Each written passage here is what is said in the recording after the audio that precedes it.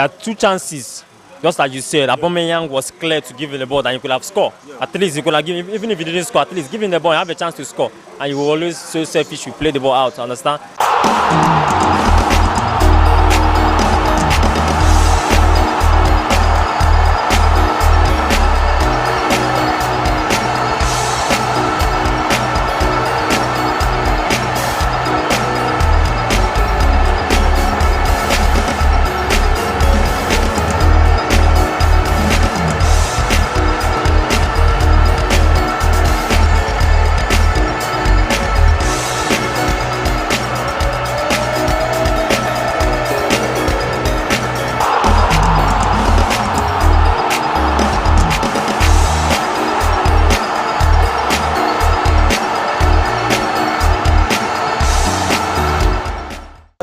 Being a Chelsea fan, I was just kind of optimistic that we'll win because we've had a very bad form this season. Clash of the Titans between the two London rivals, Chelsea versus Arsenal.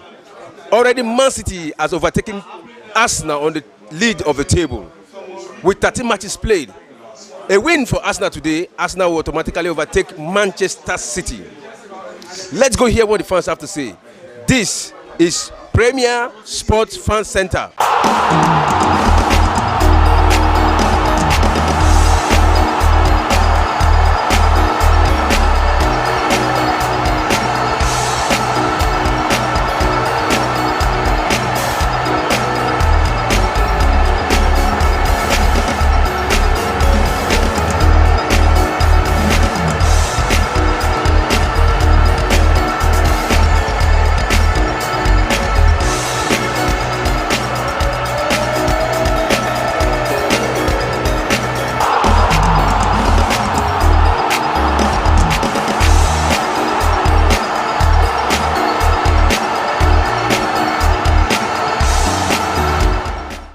Yeah. Okay. Chelsea is coming back, whether they like it or not.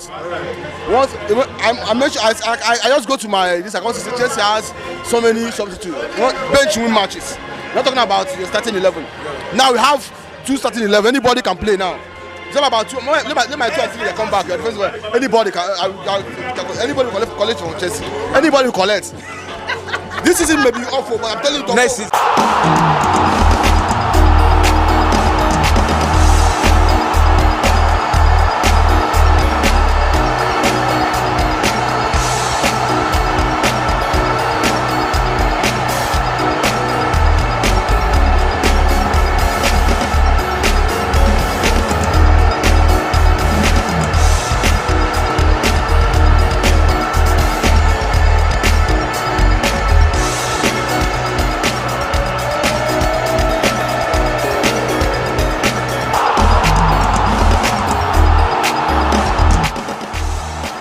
Gentlemen, get ready to witness the ultimate showdown at Afcon 2023. It's the match day 3. The stage is set for some heart-pounding, biting action, and the tensions is at its peak.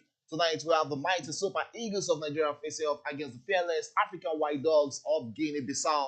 And let's not forget the electrifying clash between the host nation Ivory Coast and the spirited Equatorial Guinea. It's a day of destiny where dreams will be shattered and heroes will emerge. It's a clash of titans, a dance of destiny, and we are here to bring you all the thrills, spills, and jaw-dropping skills. So sit back, relax, and get ready to be blown away by the beautiful game on Premier Sports Fan Center. Watch along where we give you unbeatable commentary and analysis of the Afcon matches. My name is Adia Michego, and I'll be your host for this match between Nigeria and Guinea-Bissau, and also Ivory Coast against Equatorial Guinea in match day 3 of the Afcon 2023. I'm not alone in the studio for this commentary session, as I also have with me Yemite and Solomon. Good evening, guys. Yeah, good evening, Shego. And the Afcon has turned to something nobody expected. High number of goals and underdogs doing wonders. You know, we saw the commentary, pre-match commentary of Peseru. He was saying there is no underdog any longer with Guinea-Bissau.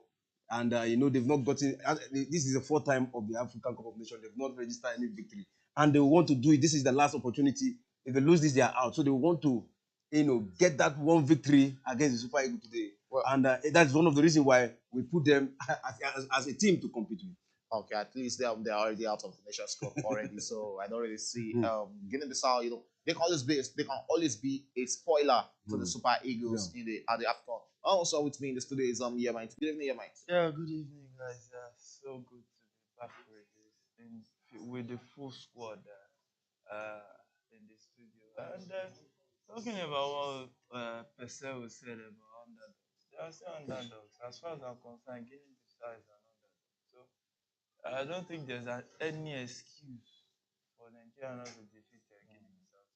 Well, last time we played against them right here at Abuja, I remember them defeating the Super Eagles, 1-0, and they had to take that game away. Are you expecting, another spoiler into this encounter against Equatorial? Sorry, against Guinea-Bissau? Yeah, I don't, because of the patriotism to some extent, I don't want to say yes.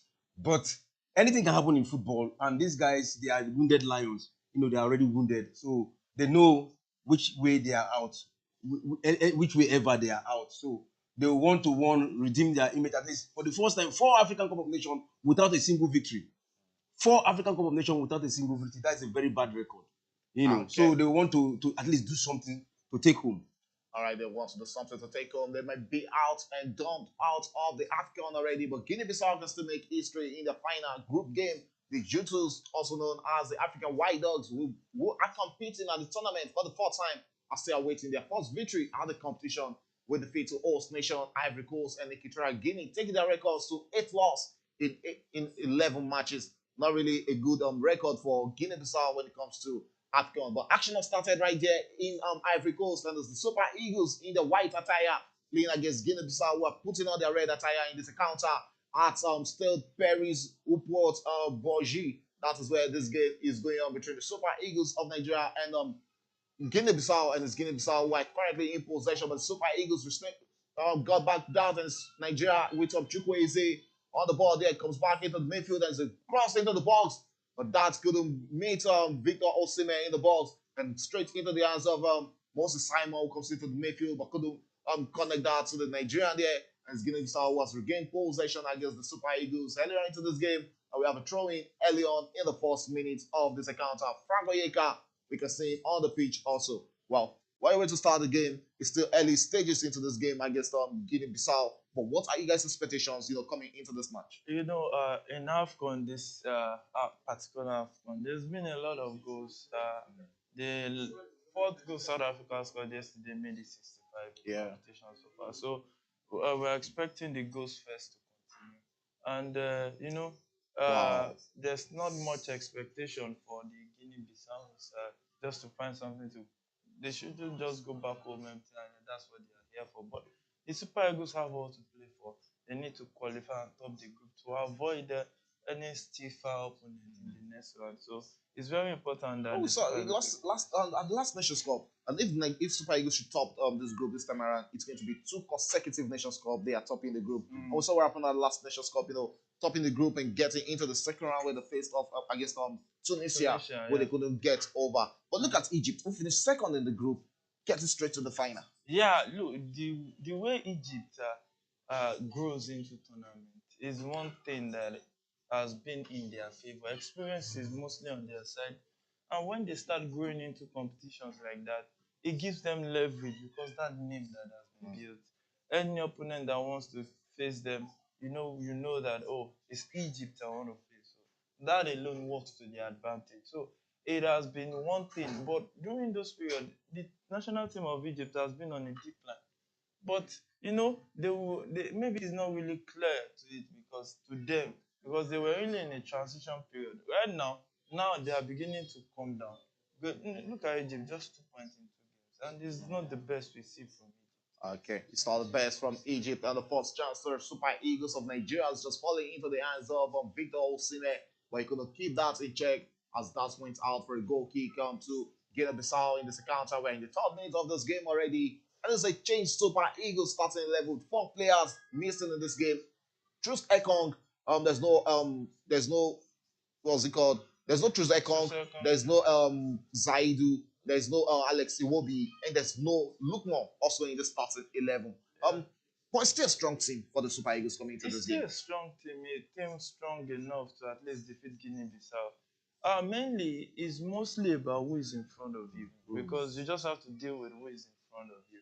Sometimes you just have to change some bodies in the match. Sometimes you just have to switch the tactics. Look at today, online is Play as a left back. And we talked about his how he can be utilized, utility, and how he can play as a right back, play on the left back, and also play as a wing back for the Super Eagles. We talked about that during the game between Nigeria and Ivory Coast, and how he was the best player, in that Super Eagles starting 11. Looking at this performance, it looks like a performance that might be getting, to a bigger club in England come next season. Yeah, it's very possible because if you study his journey and look at it, the transition from going to one club to another before he now arrived at Nottingham Forest has been a journey that he should have learnt a lot from. And it's beginning to show because when you see him handle the ball, the way he moves into spaces, the way he attacks the ball is very, very important. And online, now most likely, might get that big move. Maybe a Tottenham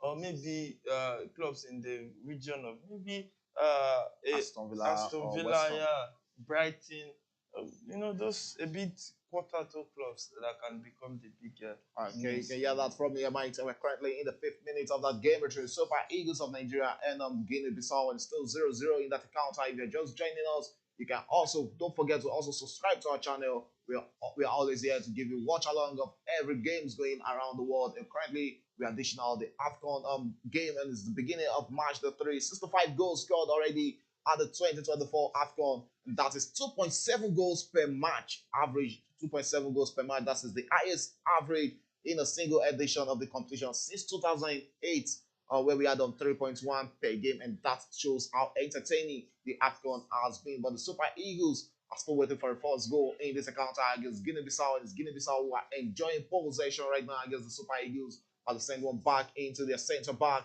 and we have the ball with Opa Sangate right there, who goes into the midfield and finds Gomez, and Gomez back into the hands of Sangate. And Sangate holds onto the ball, returns it back into the hands of Gomez in midfield. And Guinea-Bissau who sends one straight, trying to beat or locate down into the Super Eagles box, and back in the hands of Stanley Wambali, who has made the first shared position his own in the Super Eagles of Nigeria after debuting in the first game against Equatorial Guinea right here at Afcon 2023, and is back in the hand of Stanley Wambali, sorry, who finds Kenneth Omeru, and that was easily dispossessed there. And it's Guinea-Bissau who are currently attacking against the Super Eagles of Nigeria. They take their time in the infinite short straight, but easily caught there by the first choice goalkeeper of the Super Eagles, Stanley Wambali, the Chippa United goalkeeper right there in South Africa League, as he held on to that in the 7th minute for the Super Eagles of Nigeria. Looking at Stanley Wambali, a lot of fans have been complimenting him, talking about how good he is at the back for the Super Eagles of Nigeria. It's looking like the first shirt belongs to him right now. Yeah, you're looking like the first shirt belongs to him because to me, he's good, but I want to use the language is better, than what we used to have. And one thing about him is the confidence, and he also has that defensive, IQ. Sometimes he tells the defender, he communicates with the defender, hey, you guy, he will awaken the defenders. And his positioning also has been fantastic. For him to keep a clean sheet against the Cote d'Ivoire, that means defensive-wise and as a goalkeeper too, he has actually done well. So let's see how many clean sheets he's going to keep in this AFCON. Let's see how many clean sheets he's going to keep in this AFCON, as he has won already. As the Super Eagles back in possession, Joe Aribo on the ball there, but the referee cited the infringement. It's going to be a free kick to Guinea-Bissau there, and it's Diakio who just won Guinea-Bissau that free kick after that foul right there from the West Brom defender Semi Ajayi. It's still 0-0 in the 8th minute, and the Super Eagles of Nigeria are still growing into this encounter. And also in the game between Equatorial Guinea and Cote d'Ivoire, it's still 0-0 in the 7th minute. Looking at this game between Equatorial Guinea and Cote d'Ivoire, there are chances of Cote d'Ivoire, not making it to the second round. Yeah, there are big chances.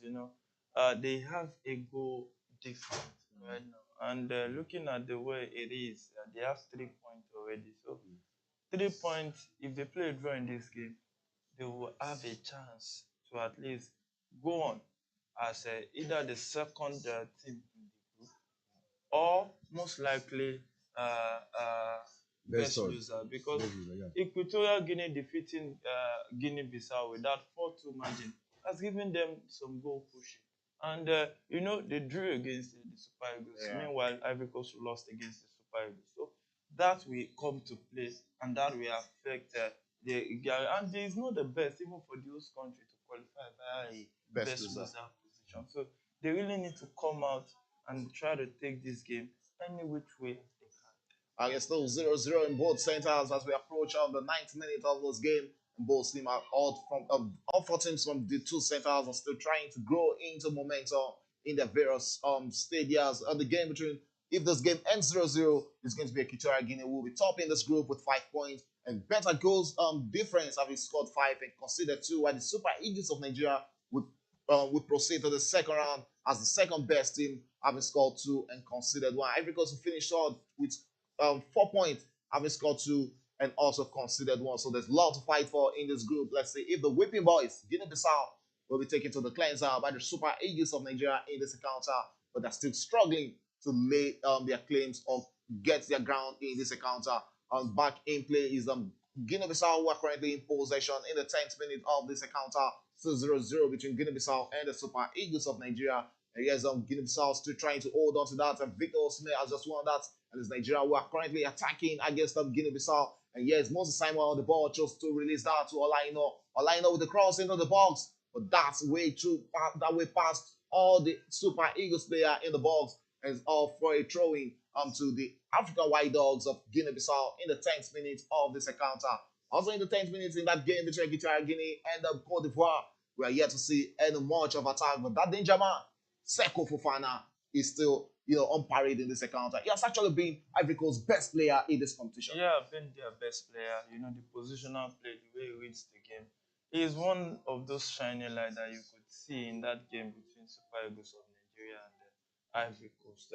It's one thing that every team needs that leader that can lead the team. Whenever the team is down, the go-to man, the man that encourages the whole team. And Seko Fofana is in that light.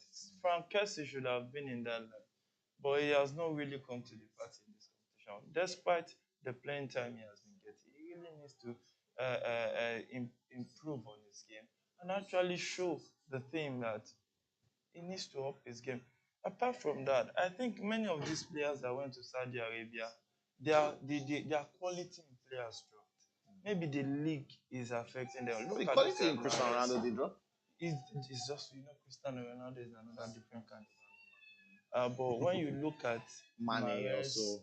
Mane, look at Frank Kessie, look at those guys. In fact, the news around now is many of them are just struggling to settle in because one, the weather, then the rules of the country. So I think maybe the Saudis can improve or maybe soften pedal on some things. Maybe it will actually help them in growing their league. Okay, let's see if that's what helping them in growing their league. Is currently Guinea-Bissau who are attacking against the Super Eagles of Nigeria as they find themselves in the Super Eagles app. Let's see if they'll be dropping a masterclass against the Super Eagles in this encounter. And right here we can see all the red bodies and red jerseys around the Super Eagles, and they are currently enjoying possession against the Nigerian national team. This possession reminds me of that game against Equatorial Guinea, whereby they were enjoying possession right there. And here is the chance for Guinea-Bissau. They went for a caller there, but that's only threatening the goalkeeper of the Super Eagles of Nigeria as that sails wide right there in the 13th minute. And it's going to be Nwabali who will be restarting play. Look at that beautiful play work. That's agility right there from Guinea-Bissau. But that couldn't just get the caller as he wanted. And that was Famana Kuzera with that shot against Stanley Nwabali. But that sails wide and went straight into the stands. And his goal kick to the Super Eagles of Nigeria who have restarted play in this encounter. Yeah, one of the things that I need to complain about is why will you play 5-man defense against a Guinea-Bissau? Like, I don't understand. And mainly when you have so many bodies defensively, it will affect your possessional play. You cannot really possess the ball when you have so many defenders on the field of play. What is the issue? We are just playing against Guinea-Bissau for crying out loud. What tactical approach is this? This is not Ivory Coast. No, honestly, it is. If you give these guys room, they can hurt you. And once they hurt you, you now start chasing the game. Why don't you take the game to them, get a goal or two, then switch to your defensive play? That's a better game approach than what they are doing right here. All right, yeah, it's Nigeria attacking against Guinea-Bissau again. So Lino on the ball there and chose to find the stalemate there. It's Nigeria in possession of the ball and tries to find himself into the box, but that's will be going out for a goal kick, and that is Frank Oyeka talking about the Brentford midfielder as he couldn't keep that in play. It's going to be a goal kick to Guinea-Bissau. It's the 14th minute of those game. We're approaching the 15th minute of the encounter already. Still no clear-cut chance from the Super Eagles in this encounter against Guinea-Bissau. And the best, yeah, that should have been a corner kick. Let's see what the referee decision. Yes, rightly, it's a corner kick to the Super Eagles of Nigeria. And it's Samuel Chukwueze, the AC Milan winger, starting on that. And we have top players in the box, and that was taken, but easily caught out and dispossessed there by Guinea-Bissau, but still being played by the Super Eagles of Nigeria, who hold on to that ball and sends one into the box, but Bright Osai couldn't get to that. And it's going to be a throw-in to the Super Eagles of Nigeria in the 15th minute of this encounter. Still 0-0 early on into this game. It's still the opening minute of the encounter, but both teams are still sizing each other up, and the Super Eagles are still struggling to dominate play against Guinea-Bissau. Yeah, Super Eagles are struggling to dictate the pace of the game right there. But hey, it's still early days. Maybe they are just finding it slow to settle down into the game. But I still think that the Super Eagles needs to do better in this game if they are going to get anything solid out of this game. Because see, you can't allow the so-called Mino dominate you. Here's a chance for Super Eagles. They're first goal. But fortunately, that's going to be going to the back of the net. And that was Bright Osai. He couldn't just connect to that pass right there from Oyeka as the goalkeeper, the Ivory Guinea-Bissau goalkeeper came to the rescue. And that looks like an offside. Yes, that was an offside against Bright Osai.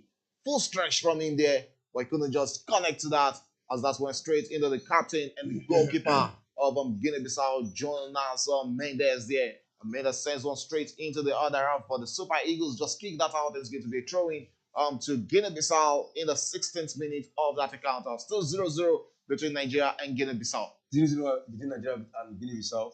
To me, I have a different opinion from what I just said, and that is what I'm seeing. I don't think this is. To me, it's a planned game from the Super Eagles. You understand what I'm saying? To me, that is what I'm saying. First of all, take it easy with them, take it slow, then just get the goal. Because this is not the Super Eagles we know. They just look at the way they are playing the ball. They are not playing with the seriousness we saw in the match between Cote d'Ivoire, Nigeria versus Cote d'Ivoire. They are just being so calm that looks like a tactics to me. That is what I feel.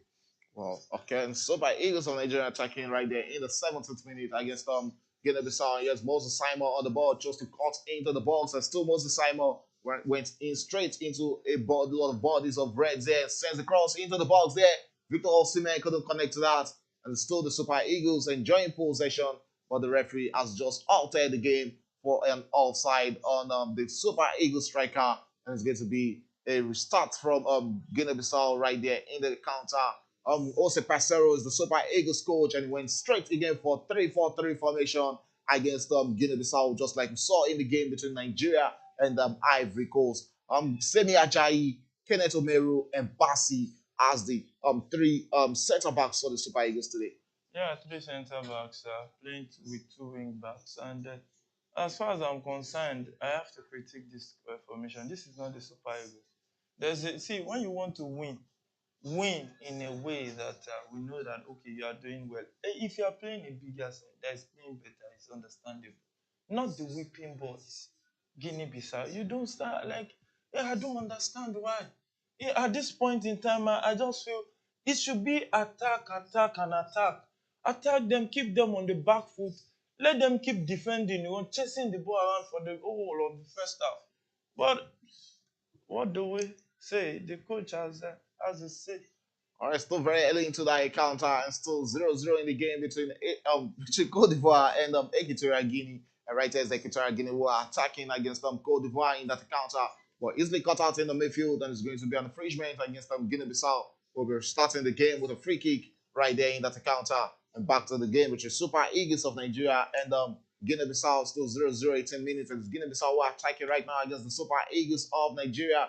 And it's from the left wing. What would they make out of this? The sense back straight into the midfield where they find Dakil, and Dakil straight to the other wing where he finds Franca Kuzera there, and straight back into the midfield is Guinea-Bissau attacking against the Super Eagles of Nigeria, while the Nigerian team are currently defending against the Africa White Dogs, who are going wild against the Super Eagles right now. And here's the referee altered out, and it's going to be a throw-in to the Super Eagles of Nigeria after Mendes couldn't keep that in play. It's the 19th minute, and we're approaching the 20th minute any time soon. It's still 0-0 in this encounter, and the game is still lighting up with the Super Eagles of Nigeria enjoying the better share of ball possession, 61% of ball possession, while Guinea-Bissau has been reduced to just 39% of ball possession. The only shot on target in this game is from Nigeria. Let's see if they'll be growing on building momentum on that. And it's a long cross trying to locate the Super Eagles winger there, but couldn't hold on to that and won the ball back there. It's the Super Eagles of Nigeria attacking against Guinea-Bissau and into the box, but couldn't keep that in check. And it's Guinea-Bissau will return the defense into attack right now and holds onto the ball there, and it looks to launch a very big attack missile there and sends it straight into the left wing, but easily dispossessed the one back by Ola Aino, who holds onto the ball there and comes back into the midfield, finds Oyenka, and Oyenka back into the hands of Calvin Bassey there, and it's Calvin Bassey holding onto the ball and holds on to it in the midfield, and it's still 0-0 as early as 20th minute of this encounter. Looking at the way Guinea-Bissau has approached this game, are you looking at it? Are you seeing a right approach from the Guinea-Bissau manager talking about Ricario Kande? Yeah, I think it's the right approach to go for. There's nothing to play for in this game for them other than pride. You just have to release your full arsenal, learn something from this game you can take back into the next one. Yes, the cross into the ball, and with this very first goal for Super Eagles, was straight into the hands of Jonas Mendes, the goalkeeper, as the Nigerian team could just locate the back of the net, and that was from Southampton midfielder Joe Aribo, sporting the number 10 jersey for the Super Eagles of Nigeria. That was a good lay down there from Victor Osimhen, but Aribo couldn't just get the right shot fitted for that ball. Oh, there was a deflection there, straight into the hand of the goalkeeper. Yeah, you see, when Osimhen held the ball, 4 defenders were on him. You see, that's what he brings to the party, and that's why he's so wise. He gave that ball to Aribo. Yes, Dakio dancing around the Super Eagles defender, but back into the hands of Stanley Nwabali, who got that cheaply, and it's going to be the Super Eagles of Nigeria goalkeeper restarting that play in the 21st minute. We can see him complaining so much, barely right there. And back into the hands of Stanley Nwabali from the standing captain, Kenneth Omeru, who is starting this first Afcon in 2023. And so Nwabali goes straight and trying to locate Victor Osimhen's run there, or easily dispossessed there by Heldarie there. And Guinea-Bissau were attacking against the Super Eagles of Nigeria, back into the hands of Dakio, and Dakio goes into the wing where he finds out Kuzera, and it's Kuzera on the ball there, tries to dribble around the Nigerian number 12 there, and Bright Osai, and still Guinea-Bissau will be having the corner kick against the Super Eagles of Nigeria, and that was won by Carlos Mendes Gomez. And it's 22nd minute, it's still 0-0 between the Super Eagles of Nigeria and Guinea-Bissau, who are growing in momentum in this game. It's going to be a corner kick, first corner for Guinea-Bissau in this encounter. 22nd minute, let's see if they'll be getting their first goal. That's offside goal right from this corner kick. And let's see what they'll be making out of this corner already. And into the game between Cote d'Ivoire and Equatorial Guinea. It's Cote d'Ivoire who are currently attacking. And that corner kick was taken, but eluded all the red bodies, all the red shirts in the Super Eagles box. And it's going to be a goal kick to the Super Eagles of Nigeria. That was a corner kick from Carlos Mendes Gomez there. And we can see the frustration on the face of the Equatorial Guinea manager. Let's go straight to the comment section where we have some of our followers talking right now. We have Tasha Beauty, Nigeria. We also have Benedict Boniface, up Super Eagles of Nigeria. Up Super Eagles. Yeah, let's see if the Super Eagles will be living up to expectations. Lot of tongue welling when the starting 11 came out, and the fans saw what's it called, Moses Simon starting today. The questions was, why is Lukman not starting ahead of Moses Simon? I think the coach might be looking at Lukman resting in this game. So I think it should be for him to rest. I don't think there's nothing much. Maybe he can read the game from the bench. Okay, let's say he's reading the game for a bench and he will be coming in the second half. 24th minute, still 0-0 between Super Eagles of Nigeria and Guinea-Bissau right there in Ivory Coast. The third game for the Nigerian national team is match the 3. And we are yet to see a goal from both centers in this encounter. We still don't have 0-0 scoreline in the Afcon. It shows how potent and how clinical the strikers and the attack has been in this Nations Cup. Yeah, we still don't have a goalless draw in this encounter. Unlike other African tournaments, most of the result you see goalless draw, no goals. But it shows how the price strikers have actually improved in this tournament and the African Cup of Nations. You see, even in Europe, you see most of the African strikers, they are doing well, scoring goals. They've actually mastered the art of scoring, and that is what they have brought to the Afcon. And here we can see in a single match, you have a trailer of 6 goals in one match. That is unlike what we used to see in those days when African played football. Okay, back in possession is the Super Eagles of Nigeria is the liner who sends one straight into the hands of Moses Simon. It's Moses Simon on the ball, comes back, shots into the midfield. And what will Nigeria make out of this? He sends one back into the hands of Fulham defender Calvin Bassey, who sends it straight into the hands of back into the hands of Kali in goal post for the Super Eagles of Nigeria there. And it's the 25th minute of this encounter, and we are still without a goal in this game. And the Super Eagles of Nigeria launching one from the back, with that be getting straight into the hands of Olaino, but easily dispossessed there by Sangate. There's going to be a throw into the Super Eagles of Nigeria. We can see the former NFF president, Maju Pinnick, right there, giving the support to the Super Eagles of Nigeria. And let's see if Nigeria will take a full advantage of that support. And the throw into the Super Eagles of Nigeria is standing left back today. Ola Aino will be taking a long throw. We can see Kenneth Omeru joining the attack. And with the chance for first goal for the Super Eagles, and there's a long one right there from Olaino. But fortunately, Saigari has to just defend that very well, and it's going to be a goal kick to Guinea-Bissau in the 26th minute. We are currently approaching the 30th minute of this game, 4 minutes away from 30 minutes, which is the first quarter of the game. And we're still yet to see the Super Eagles, muster out a reasonable attack against Guinea-Bissau. Yeah. When it comes to attacking, they have not really done well. We've not really seen brilliant attack. Connection passes. They pass the ball around, link up play to get to the 18 box. We have not really seen that. It was even absent in the match they played against Equatorial Guinea. Also absent in the match against Cote d'Ivoire. So probably I don't know whether they don't have that, or what, are they still waiting for them to get to the round of 16? Super Eagles of Nigeria is Bright Osai on the ball. There sends one straight into the box, and so being played by the Super Eagles of Nigeria. Will this be a chance to send one into the box? And it's going for a cross, but easily cut out there by the Guinea-Bissau team, and it's the Nigerian team on the ball attack right now. And here is Joe Aribo on the ball, and chose to hold on to it and sends it straight into the hands of Franco Yenka. And Zoyeka will be trying to turn around this man and successfully done that.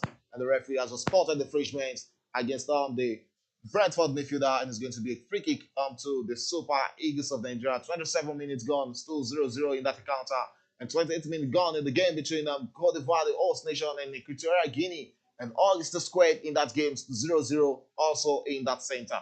Yeah, 0-0 in that center. It has been an exciting game so far in the game between Cote d'Ivoire and Equatorial Guinea. And you can see that I think their president is around for the game. And you see the way the guys are taking the game to Equatorial Guinea.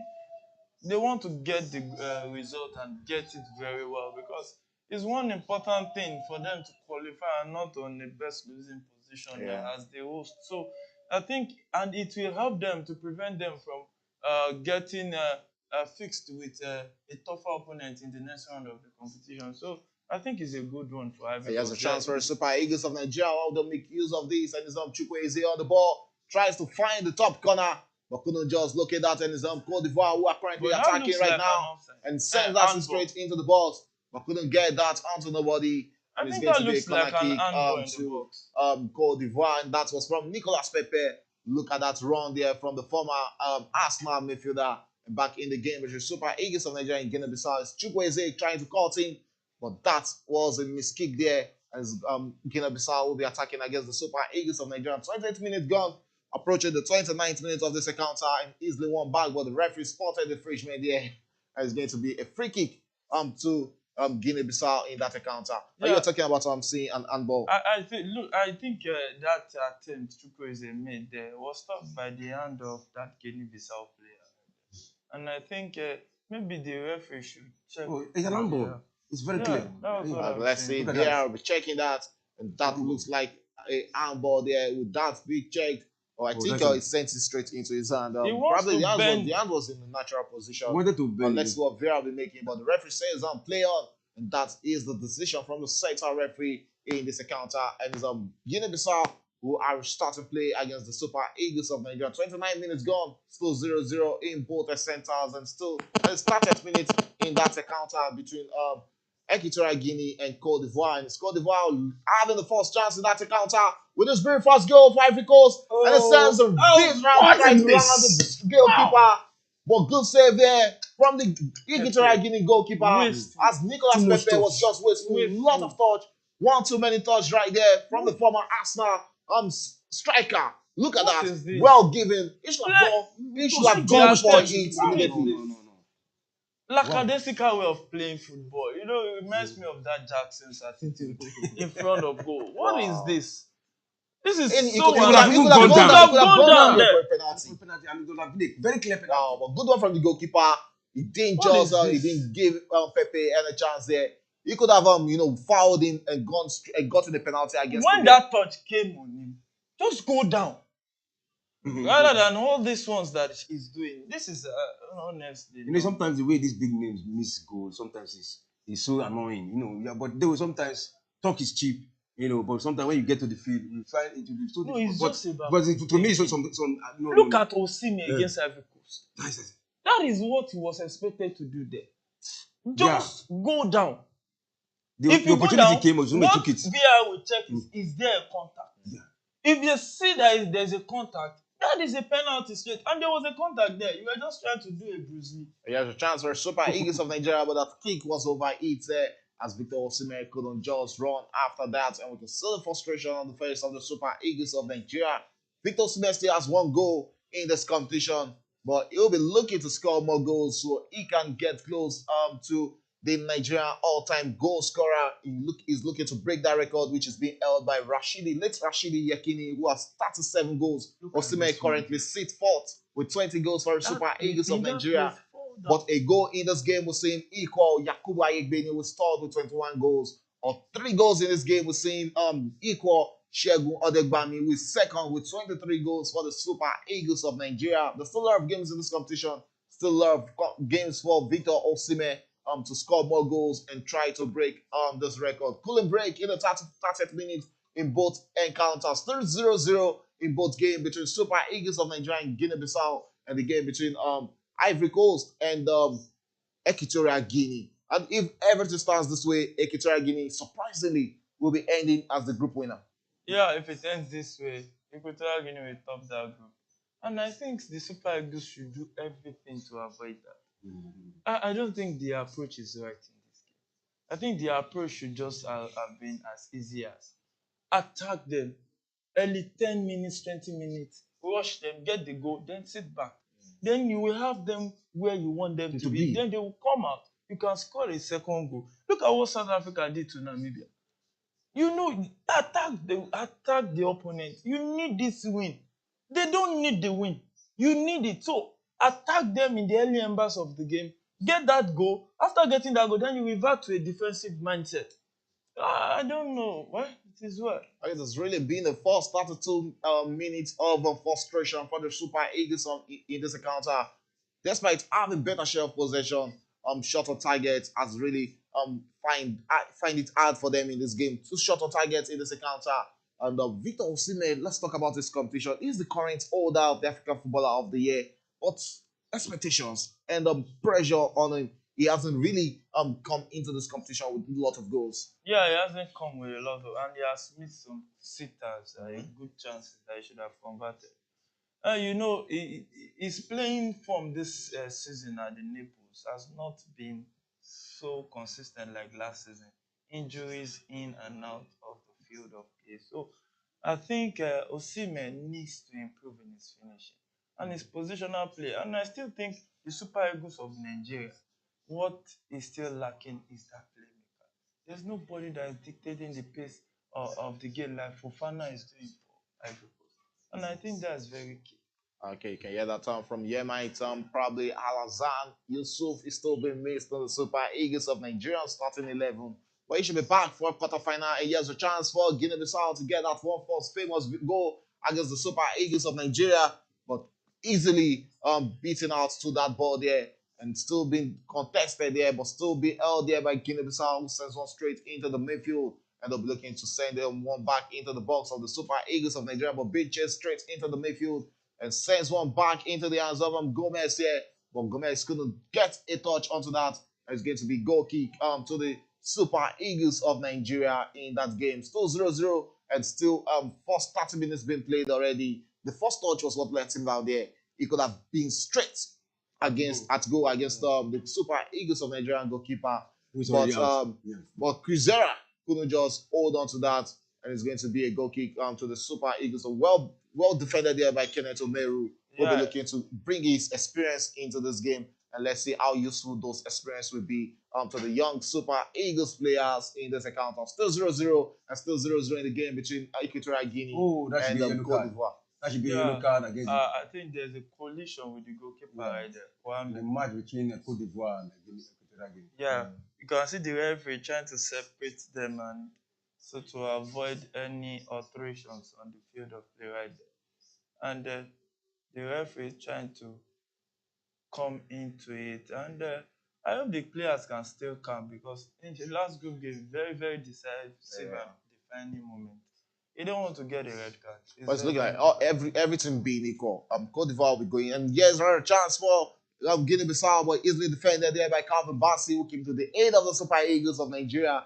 And right now, is Nigeria attacking against Guinea-Bissau. Sorry, easily dispossessed there, but the referee just cited an infringement against Guinea-Bissau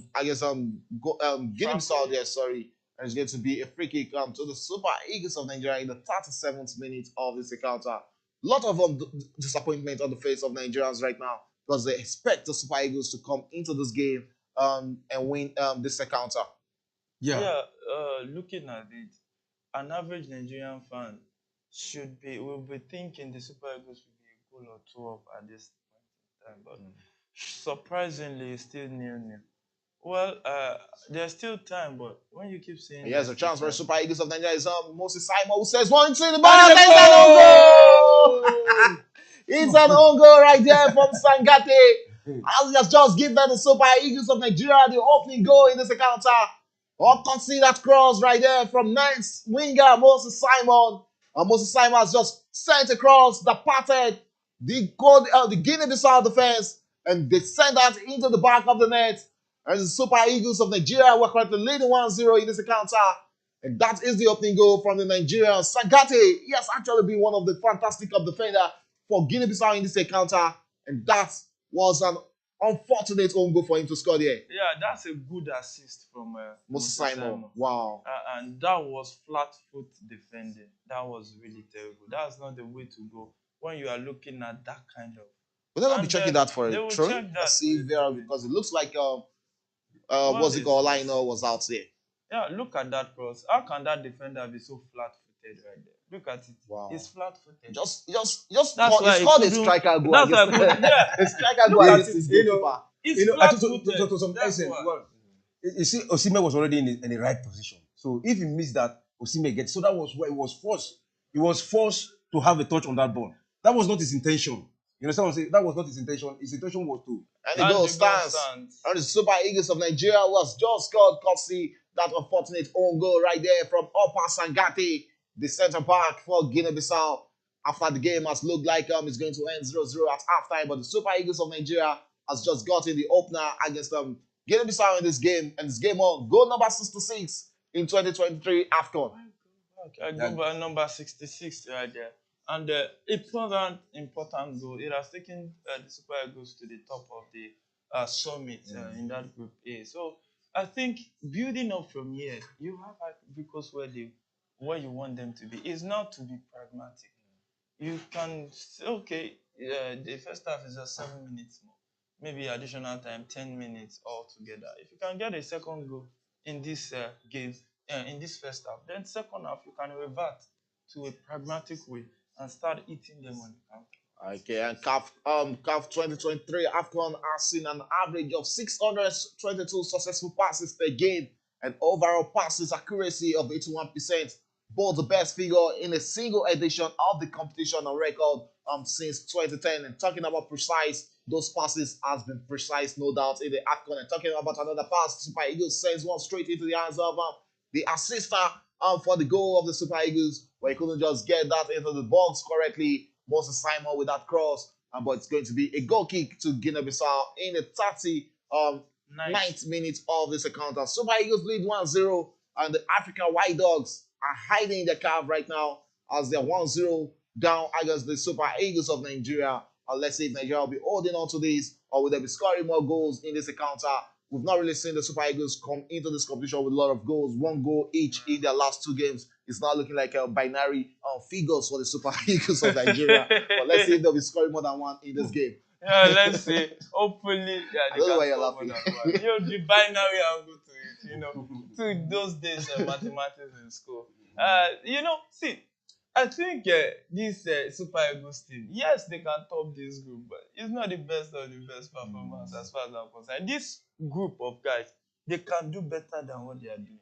They just need somebody to harness that team together. Just build them, let them play as a unit. The Super Eagles is not playing as a unit. In the last African Cup of Nations, when Equatorial took the spot, we say, that is the dream team, that is the team, because they won all the group stage the matches, and they came with fire, but immediately they crossed over, to the round of 16, they went out. So to me, the way they are building it gradually, if the only thing is that they should up the way they score goal, increase their score. As far as I'm concerned, that Eguavon story, he got that team together in a few weeks to that competition. And he lost they played that. And that's a chance for Equatorial. And Equatorial Guinea has just broken the deadlock against Ivory Coast right there in their home. And where's that man? It's Emiliano with that goal for his country again. And talking about him scoring that hat-trick in the previous game, he has just opened the scoreline here against Ivory Coast. Just believe right there in that stadium, the Ivorians are not believing that they are 1 goal down. And talking about this man, he's living his dreams, and that is Emilio Insue scoring his 4th goal in many games for Equatorial Guinea and Afcon 2023. 4 goals in 3 games.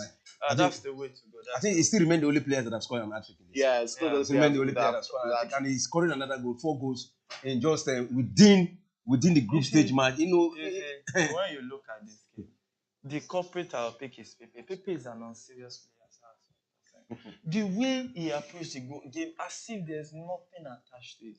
Look at those chances he has been missing. I think. Look at that take. Look at that take from Sweden. Yeah, that was a strike. Look at that movement. Look at that movement. Look at how he sent it. Where was Fofana in goal post? He had no answers to that from Sweden. There was nothing the goalkeeper could do. Wow. There was nothing. So disbelief on the face of DJ Drogba. He couldn't believe it. That's the host nation are 1 goal down, and they are 1 goal down against Equatorial Guinea also, and that is the 67th goal in Afcon 2023. And it's a record-breaking Afcon. And Guinea-Bissau attacking against the Super Eagles of Nigeria. Will they be getting their own goal against the Super Eagles of Nigeria? Sends the cross, but that was easily caught there by Kavabasi. And it's Nigeria in possession, back in attack there. But Moses Simon trying to be a Jackson there, but he couldn't hold on to that. And as he couldn't bring that down, as the 43rd minute of that game, Nigeria leading 1-0 against Guinea-Bissau. And Equatorial Guinea leading 1-0 against the host nation, Cote d'Ivoire, in the other game. And right now, Equatorial Guinea is not topping that group. They're back topping the Super Eagles now need to score 2 extra goals to win this game with 3 goals margin. Because if they're on the same goal, they have goals scored more than the Super Eagles. So even if the Super Eagles score 2 goals here, they will still top. Equatorial Guinea will still top that group. So the Super Eagles needs to come out and score more goals in this game. Okay, there's a need for Super Eagles of Nigeria to come out to score more goals if they really want to fulfill that dream of topping this group. And Cote d'Ivoire also needs to come back in this encounter if Gasset wants to keep his job as the manager of the Ivory Coast national team. I remember coming into the Nations Cup when we were having the preview show, and the gaffer predicted Ivory Coast to struggle in this group. And like he predicted, yeah, they're actually struggling. Yeah, you can see that is really, really visible because they struggled, they couldn't go for the FIBA World Cup. If you follow their national team journey for a few years down the line, they've not been really been that Ivory Coast we used to know under Yaya Toure, Kolo Toure, Didier Drogba and co. But I think it's just another thing that is in transition in African football. Okay, can you hear that from Yemite? Ivory Coast are still in transition. And here is the game being restarted back in the game between Ivory Coast and Equatorial Guinea. And Ivory Coast attacking against Equatorial Guinea in that encounter. And they'll be looking to get a goal against the Portuguese-speaking nation there. And back in play is Guinea-Bissau attacking right now and being in check there. And they'll hold on to that. And the referee spotted an infringement in that encounter. And there's been a yellow card in this game between Nigeria and Guinea-Bissau and his Semi Ajayi, who has just picked up the first booking in this encounter. It's going to be a free kick to Guinea-Bissau in the 45th minute of that game, in which Nigeria leads 1-0. And it's Quizera who will be standing on that, and we can see Sangate in the Nigeria box trying to right his wrong with a speedy equalizer, and Quizera sends one straight into the box, but that sails wide, and it's going to be a goal kick for the Super Eagles of Nigeria, as that big man striker Zio Gano couldn't keep that in check. As Nigeria will restart to play, and Scalvi Bassi, the Fulham centre back, holding onto the ball and driving straight into the midfield. Sends one back into the midfield. The referee has just spotted added a 4-minute additional time to be played at the end of 45 minutes. And we have 4 more minutes to play before this game is called to a halt in the first half. As Nigeria attacking is Olaino on the ball. Mr. Comfortable both on the right and on the left. And here is Ivory Coast, and it's Nicolas Pepe who sends one across goal there with this brilliant equalizer. Rightly, that is the equalizer for Ivory Coast. Let's see if VAR will be chalking that off. But it looks like that goal is going to stand. And it's Ivory Coast who has just equalized against Equatorial Guinea in that game. And it's game on 1-1 in that game. And that goal was scored by, if I'm not mistaken, that should be Sangate. Sangari. Sangari with the equalizer for Ivory Coast in that game against Guinea-Bissau. What a way to finish the first half in that encounter. That's the way to go. When you go down, don't stay down. I think that's an offside. Let's see if VAR will check it out. And the cross came in there. Let's see one that is not the offside there. That's not an offside. That should be it. That's an offside. Let's see what VAR will be checking. That's an offside. Sangari, we have Sangate in the game between Guinea-Bissau and Nigeria. And Sangari scoring that, and VAR were rightly checking that. And that might just be chalked off, cutting the celebrations of the Ivorians abruptly in that game. Gasset just hope that won't be cut off. Will be. And the referee is going to the monitor to check that, and that might just be chalked off for offside. And back into this game, and it's going to the monitor to check that. And back in the game between Nigeria and Guinea-Bissau, as the 45th minute, I think that has been checked, and the referee says it's an outside, and the praises, the celebration has just been cut short. I just hope the Ivorians on the pitch have their shock absorber on in this encounter. They need the shock absorber because they will still be in surprise, in shock right there. And that's what. And here's the chance for Super Eagles of Nigeria, Osimhen in the box, and that was a good hold-up play, and sends it straight into the hands of Chukwueze, who sends one into the box and back into the hands of Samuel Chukwueze, who holds onto the ball. What will he make out of this? And he holds it, sends it straight into the hands of Bright Osayi, who sends one into the box, trying to locate out the Super Eagles of Nigeria. And that is the referee citing the infringement against Ola Aino in the box. And it's going to be a free kick to Guinea-Bissau. Still the Super Eagles of Nigeria struggling to create clear-cut chances against Guinea-Bissau. Any moment from now, we should be seeing the referee calling this game to a halt. Halftime break in that encounter. Halftime break in the pipelines. And leading 1 goal to nil, which is not the best as far as I'm concerned. I think they can do better. And Fofana is down, holding his leg. And you can see Frank Kessie running towards the referee.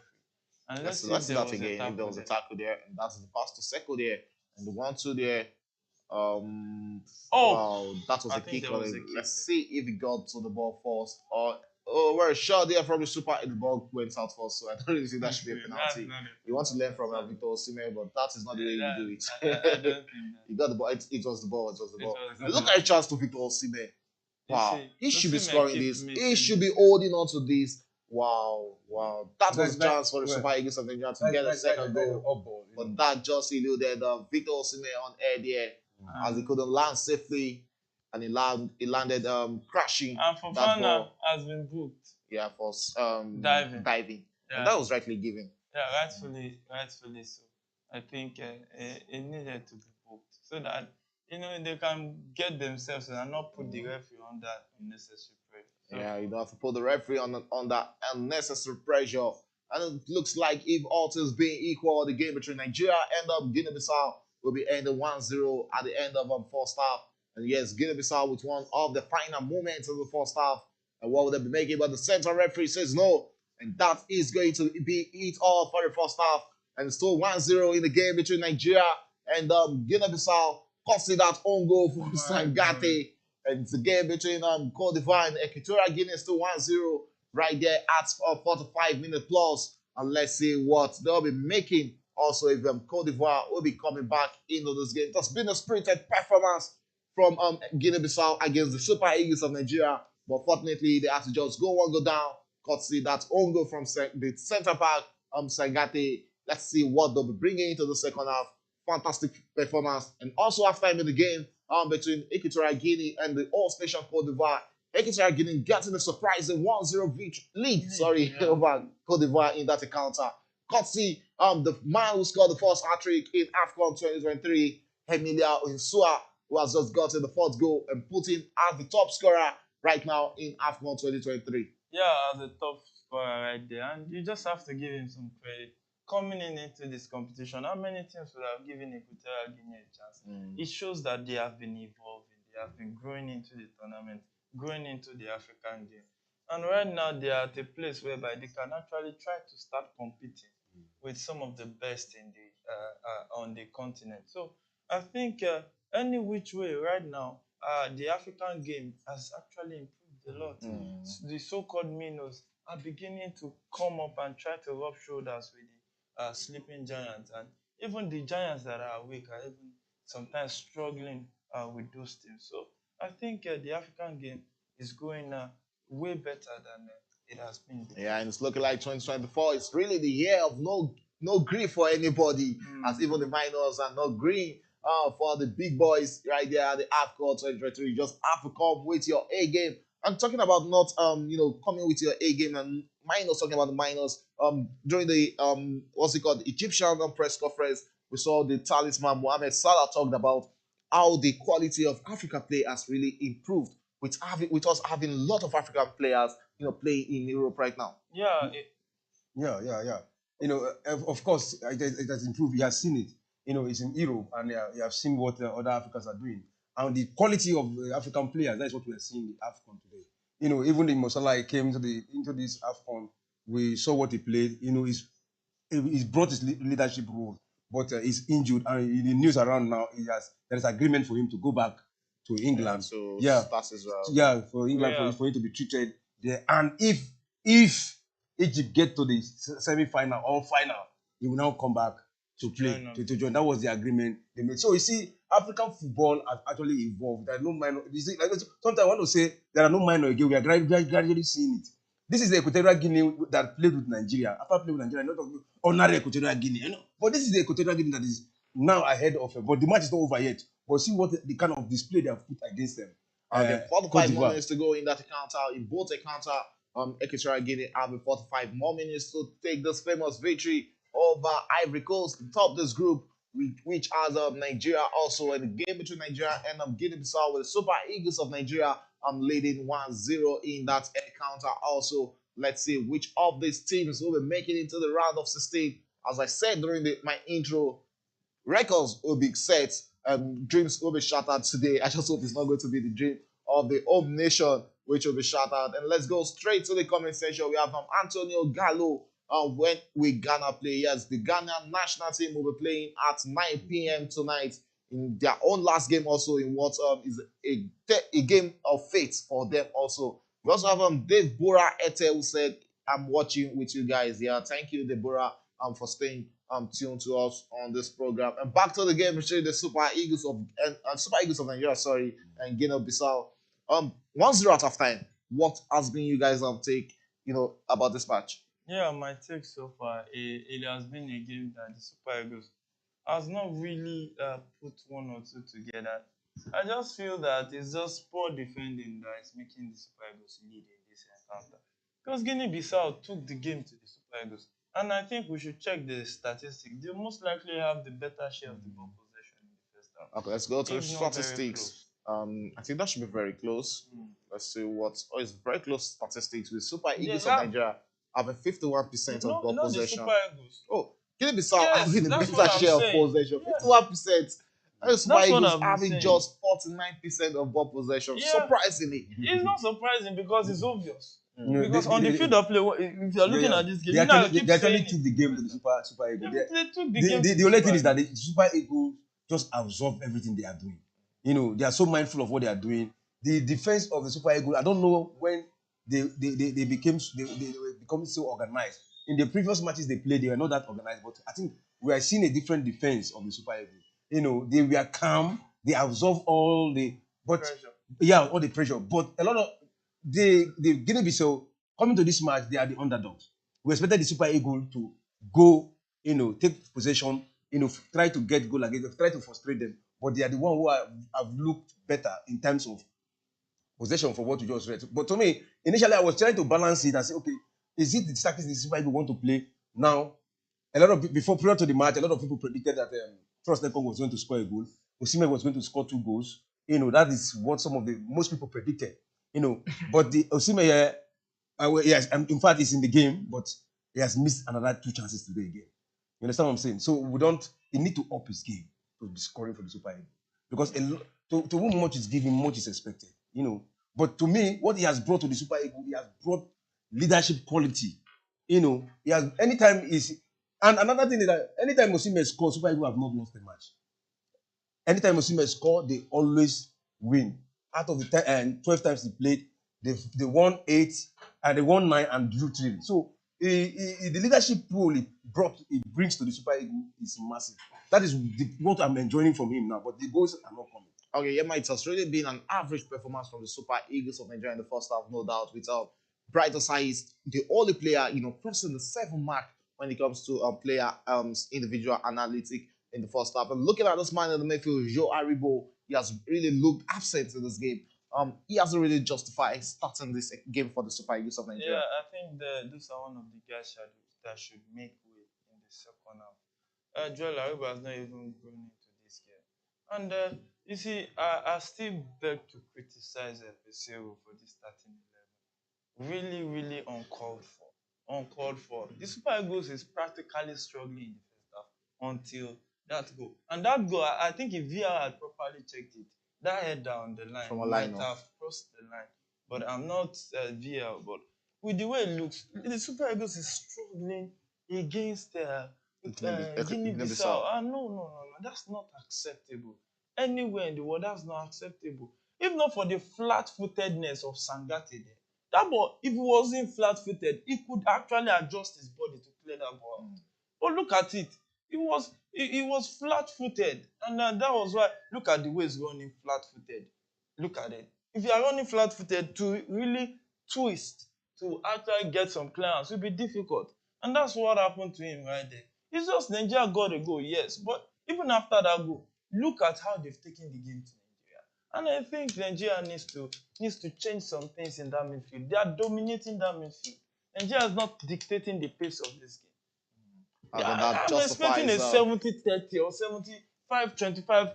Honestly, go and look at the game between Equatorial Guinea and Guinea-Bissau. No, Guinea-Bissau. Okay, yeah. Equatorial Guinea played them taught them football. I think that match ended 4-2, right? Yes, Yeah, 4-2. The way Equatorial Guinea was comfortable, 4-1 leading before they now scored one. That's the way to go. When you want to defeat a team, you defeat them in the way that they will realize that, okay, this team is better than us. And that's what I expect from the Super Eagles. Honestly, I've seen too many football than to be accepting a lackadaisical performance like this because the Super Eagles is leading. Honestly, it's annoying. Guinea-Bissau, the Super Eagles has won the Nations Cup 3 times, so many finals, so many third round, third place finishes, where they call golden bronze. It's annoying. What is this? Okay, the commentator in chief for the Super Eagles against the Super Eagles in this game has been Apoel Nicosia's midfielder Dacio, who has had 3 massive key passes in this game. Though not go for him, but he has been one of the very bright prospects for Guinea-Bissau in this game. Yeah, bright prospect for Guinea-Bissau, but I think Guinea-Bissau, they can get something out of the Super Eagles if they can actually get their the passes in the final third. That's where they are having issues. To those connecting passes in the final third.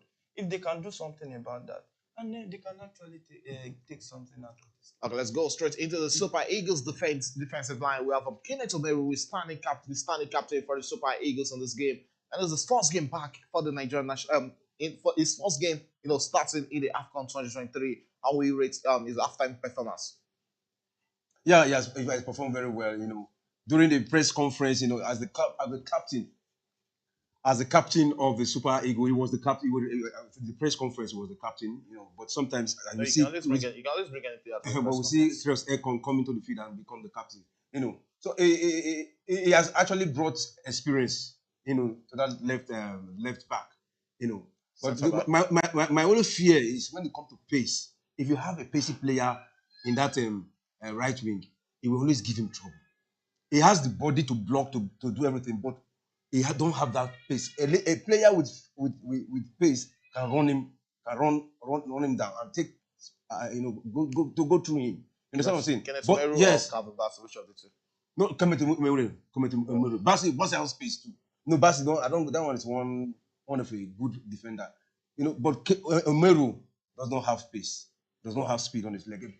A striker that has pace can just run on him and take the advantage. So he has brought leadership quality to the defense by sharing his experience. But that is the only area where I fear Kenneth Omeru.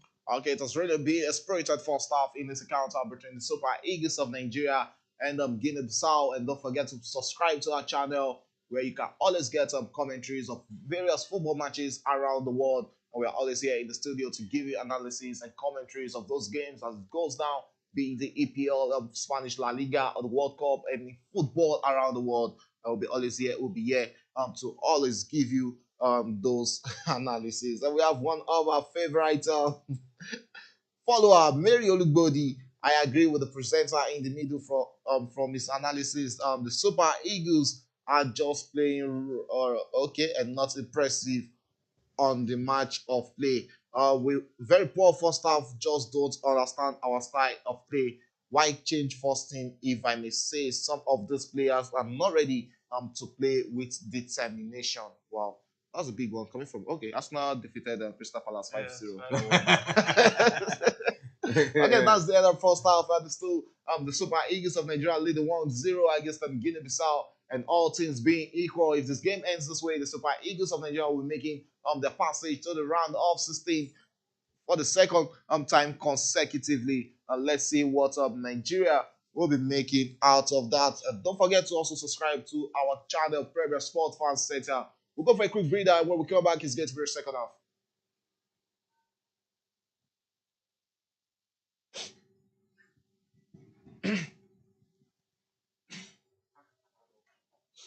Now that dust.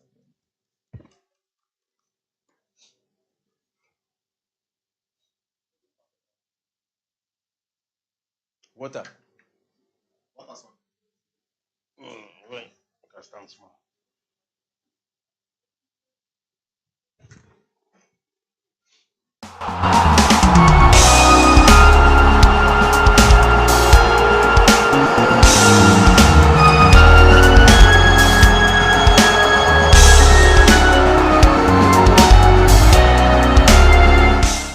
Right, the 34th edition of the African Cup of Nations in Cote d'Ivoire is gradually taking a different dimension, with the big names in the world of African football are gradually, making their fans not to believe, because Nigeria drew the match, Egypt drew, Algeria drew, Senegal is the only country that won their match and won it comfortably.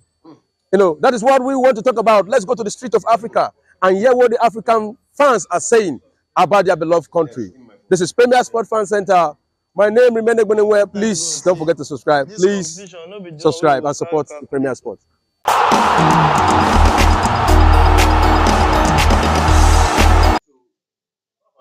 All right, I'm here with Abdul Mujib, and right now, as we're waiting to go on, it's all about the Afcon, the African Cup of Nations 2023 season.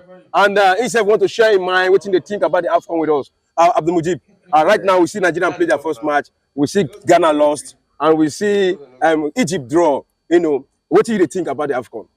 Football is unpredictable. Wow. Yeah, that's just one thing about football. Okay.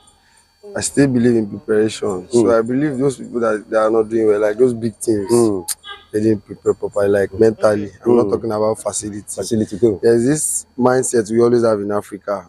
I don't know, if you are going to a tournament, everybody is like, you're expecting the same person you have in your group to flop, so that your own flop can be a win. Begin to calculate. You have to change that mentality. That's the same thing we do right from time. That's the same thing we are still doing. I don't see why Nigeria shouldn't beat that Guinea. I'm not like bringing them down. Like they are footballers, they get paid, they train.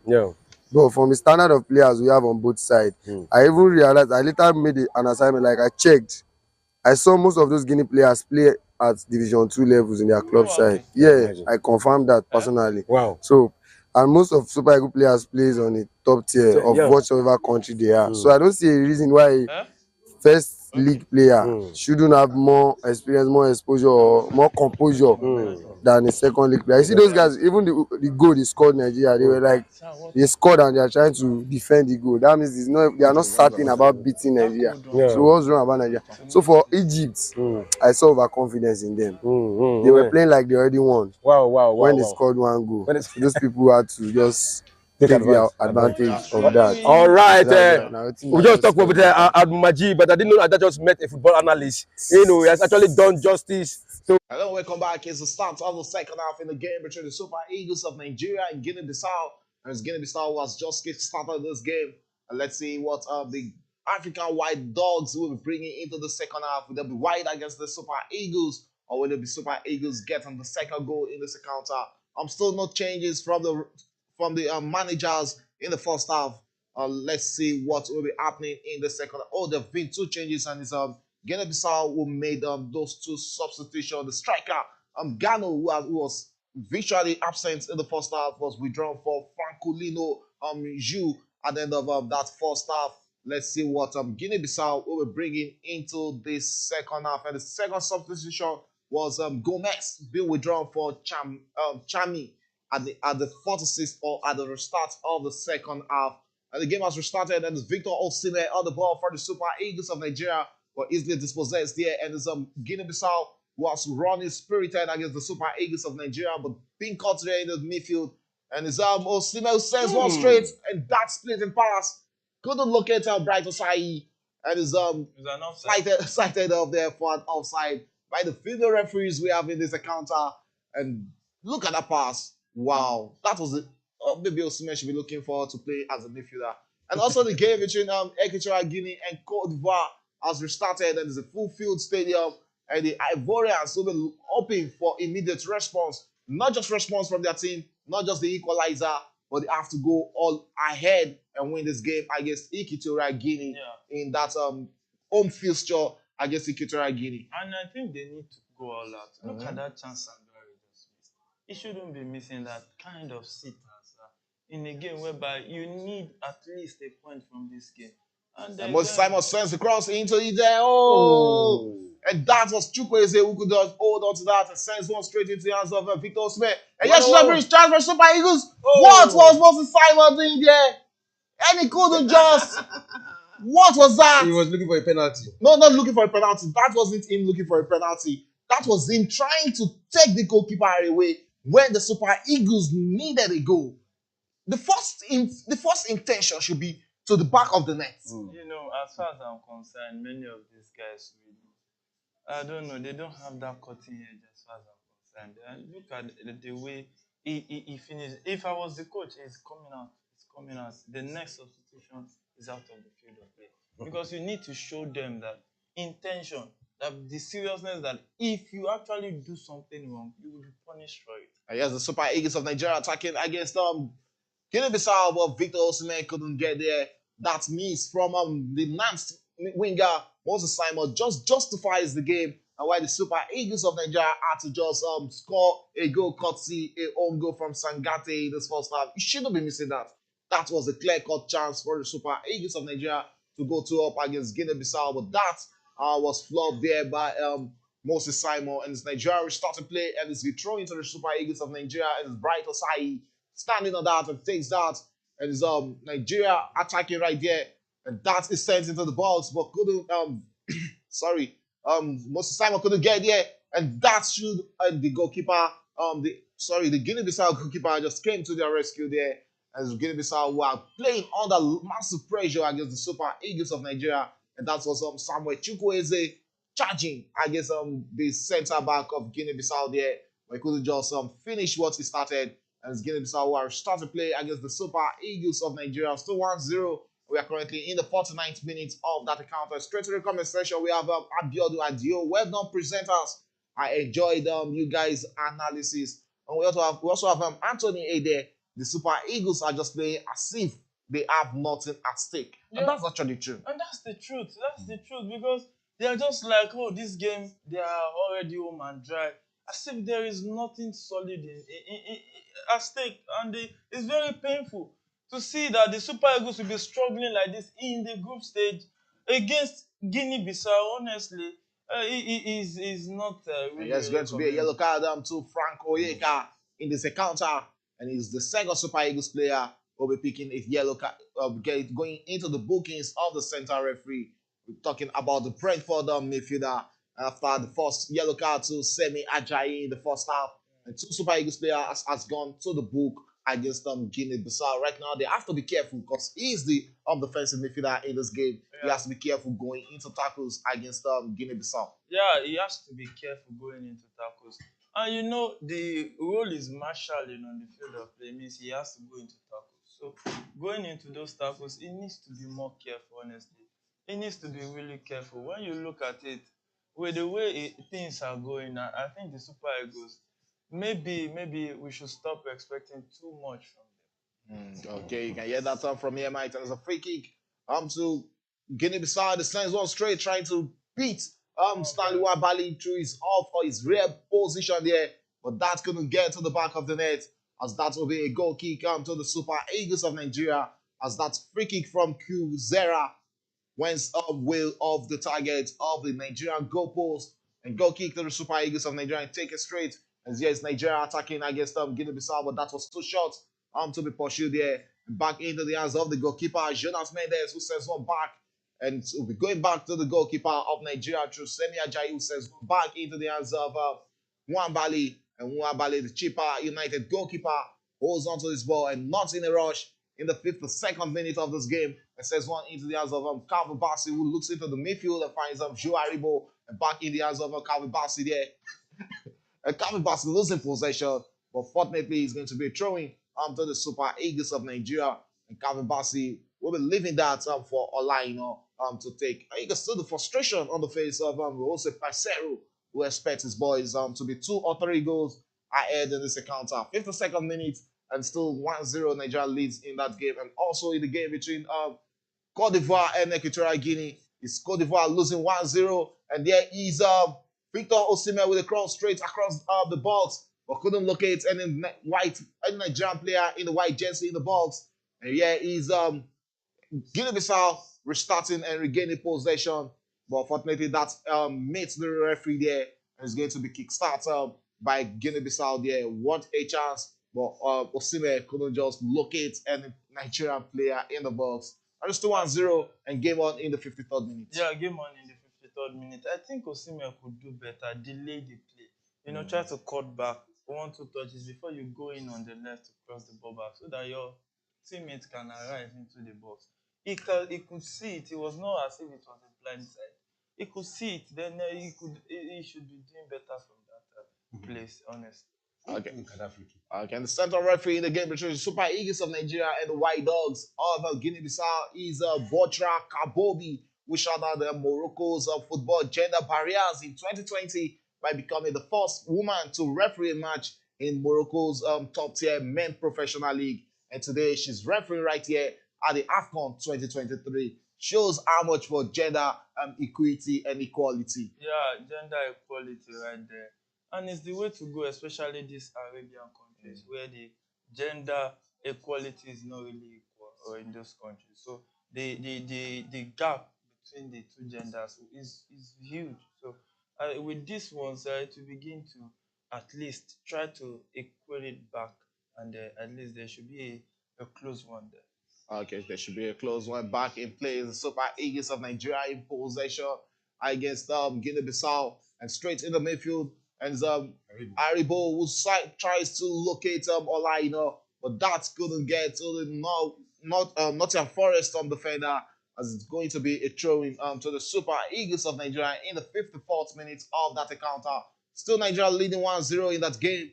And let's see if the Super Eagles will get their second goal, or will it be Guinea-Bissau coming back into this game against Nigeria? Surprisingly, I will not be surprised, because they've actually given their all. And yes, Moses Simon can right his wrong there, but he couldn't just hold on to that. And here is Guinea-Bissau, who has just dispossessed him. And we are getting close to the 55th minute. And I think Pesero should be looking to his bench. Probably Ademola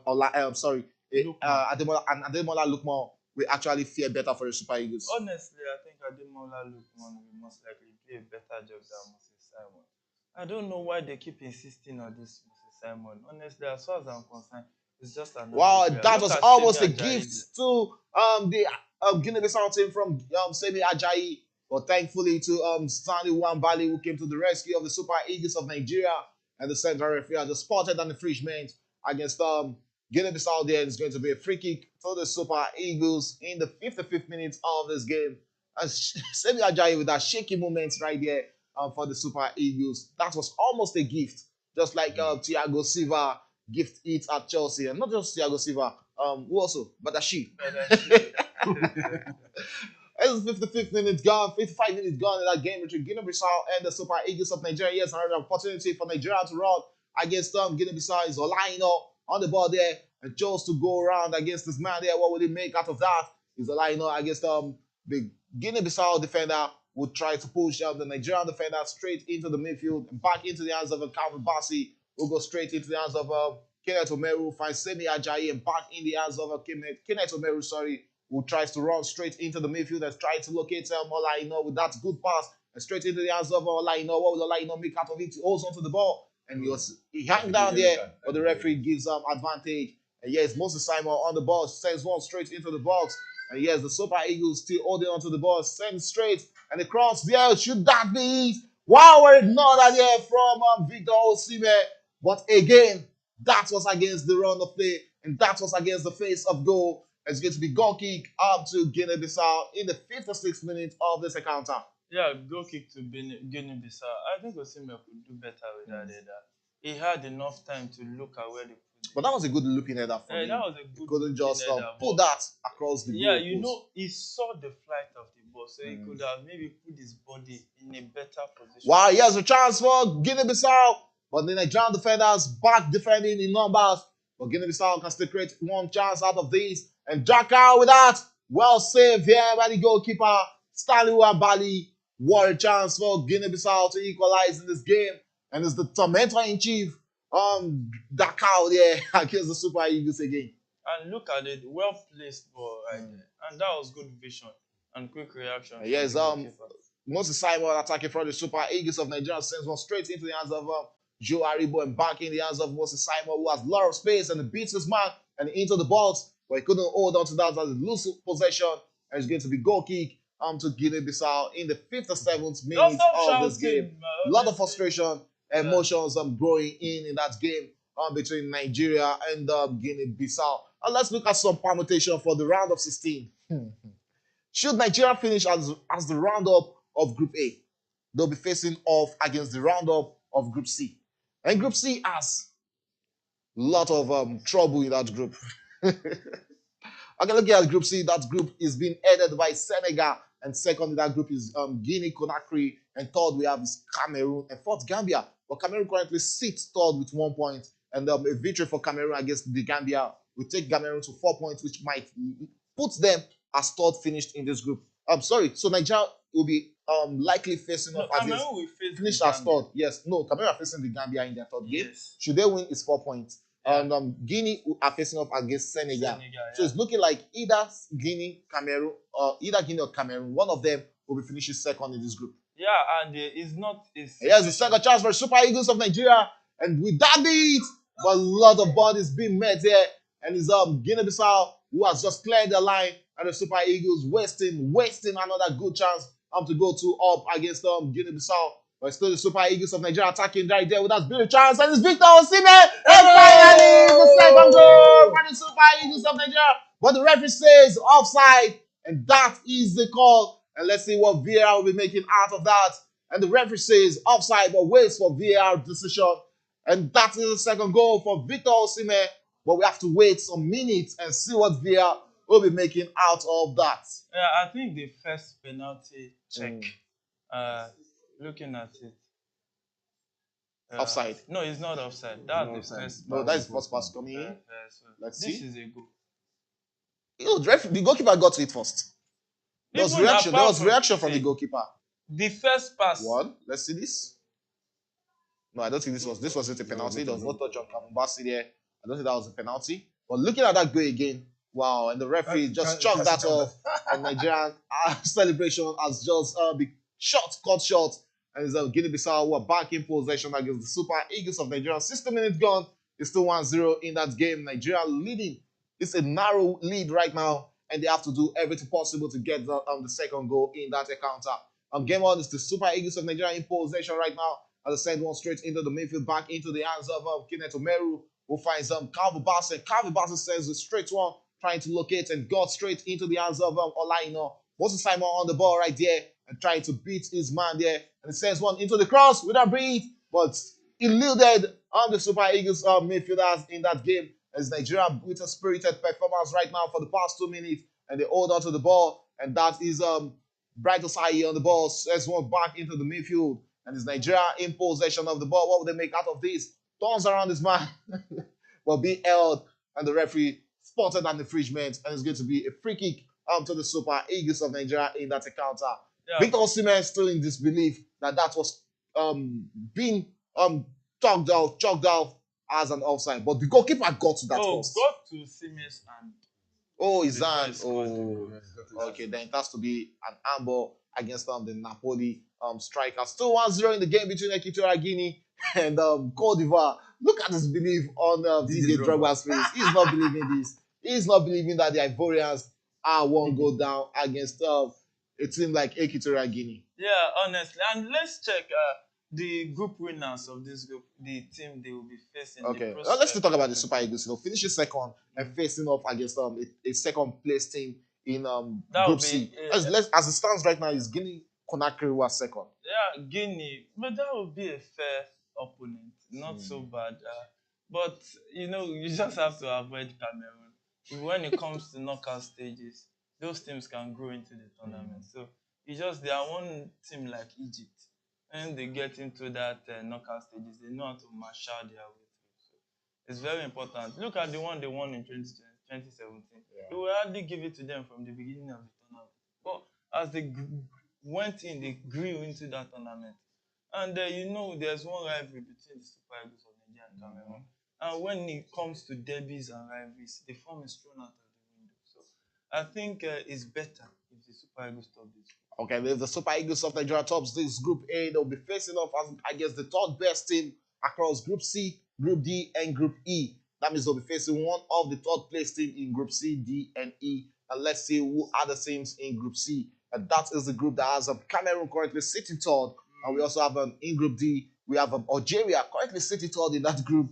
And in Group E, we have Namibia City third, but having the better advantage because they have 3 points right now going into their fourth game. Yeah, Into their third game, sorry. the other teams I've seen, Algeria, even Algeria and Cameroon. It's looking like topping the group and facing one of these two teams is actually harder than, No, not really harder. As far as I'm concerned, it's actually a lot. We have the first substitution, sorry, coming back to you. We have the first substitution for the Super Eagles of Nigeria is Joe Aribo, who has been rightly taken off, and is Alex Iwobi, who has been thrown into the midfield for the Super Eagles of Nigeria in this game.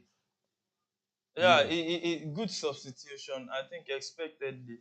And we have the second one, and Frank Oyeka has also been withdrawn in that game against Guinea-Bissau for the Super Eagles of Nigeria. As Nigeria will start play with a free kick, corner kick there, but the referee asked for it to be retaken.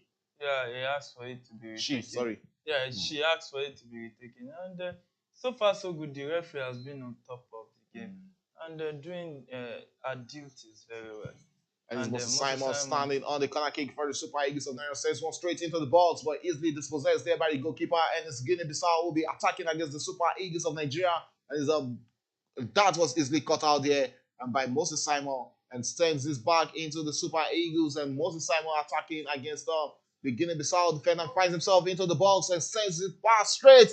But that couldn't just get into the back of the net from Alex Iwobi as that sails wide, and it's going to be a goal kick to Guinea-Bissau. The other substitution was Frank Oyeka being withdrawn for Rafael Oyedika, and it's 2 substitutions for Nigeria in the 63rd minute of this game. And it went into the box, dropped that pass. Outside the box. It had enough time to at least take a touch on that, because the angle the ball was coming from to get a placement with your instep. These are little academics. He should have a half-step attempt on that ball would have given the Super Eagles a better chance. It's just as if you knew this ball would go out and you still made the attempt the same way. Honestly, I don't know. Honestly, I don't know. The qualities of the players in the Super Eagles these days are really nothing to write to me about. I guess this too many are under average or average players in the Super Eagles. I guess that's the 5th minute gone, 65 minutes gone in that game between Nigeria and Guinea-Bissau. It's still Nigeria leading 1-0. Courtesy that own goal from Sangate in the dying embers of the first half. Let's see if Nigeria will get to the second goal of their own, or will it be Guinea-Bissau will be coming back into this encounter. And it's still Ivory Coast losing 1-0 against Equatorial Guinea in that game in the group. And Ivory Coast, as it stands, we might be qualifying as the 3rd best placed team in this group. Wow. And here's a chance for Ivory Coast. And that is the goal. And this should stand for the Ivorians. And when I was just talking about it, the Ivorians has just gotten the equalizer against Equatorial Guinea, and it's game on in that game. 1-1 right now as it stands. Ivory Coast 1, Guinea-Bissau 1. And it's that big man, Frank Casey. No, Castle, sorry, who has just gotten the equalizer. And that's his second goal. His second goal in this competition already. Yeah, second goal. Way to go. Look at that finish. That's why this, when you see a serious player, I think this might be chalked up for an offside. Wow, this might just be chalked up when we thought it would be chalked up. But it's looking like Casio was in an offside position. Let's see what the referee will be making out of that. And that is Casio with the second goal. And that was a well-taken, a striker take from Frank Casio there. And let's see what the referee decisions will be. We'll live in second time. He will be cutting shots out of the celebration of the Ivorians in this game. And the referee will be going to VAR to check that. And that has been cancelled. And for the second time, the Ivorian celebration has been cut short. How much of shock absorber do the Ivorian fans have right now? Look at that. That was an offside decision, rightly given. And talking about the referee's decision in the Nations Cup, you have to give it to them. Top-notch decisions from the VAR to the central referee. Top-notch officiating. Yeah, top-notch. I think the CAF took their time to select the best. And sometimes, when some countries are not mentioned in the referee, they have actually done a good job, because there is no Cameroonian referee, there's no Ghanaian referee, there's no Nigerian referee. So many country referees, but the ones they brought so far, they have done justice to officiating. Okay, and they have done. Hopefully, FIFA will be giving more slot to African referees come the next FIFA World Cup. And back in play right now in both centers, it's still 1-0, and we are approaching the 70th minute as we're currently in the 67th minute of this encounter. Still 1-0 Nigerian lead against Guinea-Bissau. And still 1-0 Equatorial Guinea leads against Cote d'Ivoire. Twice the Ivorians have come close, but VAR decisions has kept that game 1-0. And let's see if Equatorial Guinea will be getting the second goal in that encounter. And back in play right now. And back to the Super Eagles of Nigeria. And still Nigeria leading 1-0 against the Guinea-Bissau. 68 minutes. And we can see Guinea-Bissau making another substitution of their own in that game against Nigeria. They're pushing this game with belief that they can get that equalizer. And when you have a belief, yes, everything can work for you. As the God is not just working for Nigeria alone. As the tormentor-in-chief, Kusera, who has just been withdrawn by the Guinea-Bissau manager. And he brought in Jose Correa against the Nigerian national team. Taking out Famena Kusera, who has actually been one of their bright prospects in this game. Do you think that was actually a good sub? Yeah, it seems most likely maybe he's tired or something. Maybe that's one of the reasons why he was being withdrawn from the game. And they need to refresh blood up front. In this second half so far, going forward, they have not really done much. Guinea-Bissau. So I think the blood renewal in the front, like renewing bodies in the front, I think that's the way to go. Yes, Alex Iwobi on the ball as he picks that pass up and sends one straight into the hands of Moses Simon, who tries to beat his man he hasn't really beat all night long. I'm talking about that man, and that is Yubolanga Mendes, who has really been a big tormentor against Moses Simon in this game. As a throw into Nigeria, Olaino takes that, but easily dispossessed here, and it's back into the hands of Alex Iwobi, who sends one back into the hands of Nigeria, and the cross into the box. But back in the hand, and still Nigeria. Right aside with a cross, trying to locate Victor Moses. And into the hands of Olaino. But that shot just sails wide. And you keep the Super Eagles' chances keep on begging in this game. Another chance being missed. And 70th minute is still 1-0 Nigeria lead. Courtesy that own goal from Sangate in the first half. Look at that shot. It keeps on rising, and it rolls off the goalpost there. The measurement of the goalpost, even if increased by 1 inch, that ball will still be going into the back of the net. And this game on in the 70th minute, Nigeria still struggling to create meaningful chances against Guinea-Bissau. Yeah, I think in this era, the quality of players in this era, honestly, we need to start talking about it. I'm talking about this Afcon. The quality of players, decision making in the box, decision making outside the box. Honestly, there's still much left to be seen. The players need to improve personal performance. Honestly, it's very, very clear to see. The decision making process, the way they go into their first tackles, their finishing, their attempt on goal. Honestly, a lot of improvement is needed. Okay, lots of improvement is needed. And let's say the Super Eagles of Nigeria will be doing something good in this game, or will they be improving on that, as they've not scored a goal from open play in this game against Guinea-Bissau. And yes, Nigeria attacking against Guinea-Bissau with this very chance, but they turned over there in the midfield, and it's Guinea-Bissau regaining possession, but the referee just spotted an infringement, and it's Chukwueze who is winning the free kick in the 71st minute for Nigeria after that tackle from Bikel. And let's see what Nigeria will be making out of this. A good one for the Nigerian team. As I said, one straight forward, but another free kick in a dangerous and promising position. And that is the second goal. Hey! And that is the confirmation. Guinea-Bissau has just gotten the second goal against Ivory Coast of that beautiful free kick. What a way and what a game. Fofana beating to his rear position there for the second goal for Equatorial Guinea. But there's no need for VAR check, as that was a direct free kick from Guinea-Bissau. Equatorial Guinea, sorry. That's terrible goalkeeping. A touch on that ball. The positioning, I was about to comment on that wall. The wall from there, no. I think it should have been done better. The wall from there, honestly, looking at it, what my mind was like, there's every tendency this ball will go into the back. And that was Pablo Garnett with the second goal for Equatorial Guinea against Ivory Coast. Look at that. And as it stands, it looks like Equatorial Guinea will be ending this group as group winners. Yeah, it looks more like it. Looks good for them. Really good for them. Look at that free kick.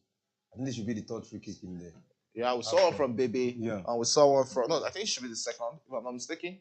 We saw one from Bebe, and we are seeing this from Pablo Garnett, who has just made it 2-0 for Equatorial Guinea the Portuguese-speaking nation, getting 2 goals over the host nation, Ivory Coast. And so looking like Ivory Coast will have to settle for that 3rd position and wait on for Group B and Group C to see if they'll be making it up to the round of 16. It's really going to be a disappointing competition. Should the host nation be going out of the competition right there in the group stage? No, I don't think they're going out because right now, they stand in the best loser, they stand number 1. They have 3 points. Yes, they have 3 points. No other best loser have 3 points. Yes, and out of the 6, it's Tunisia that is last. But it's not about. But after this game, it's not about out of the 6. There is a way they group them. So it's not like it's about the points they have, the goals. Another thing that's the best loser. They get the first. They only have 2 chances of playing in the round of 16. It's either they make it as a best loser out of A, C, and D, or they make it as the best loser out of A, B, and F. So it's one of these 2.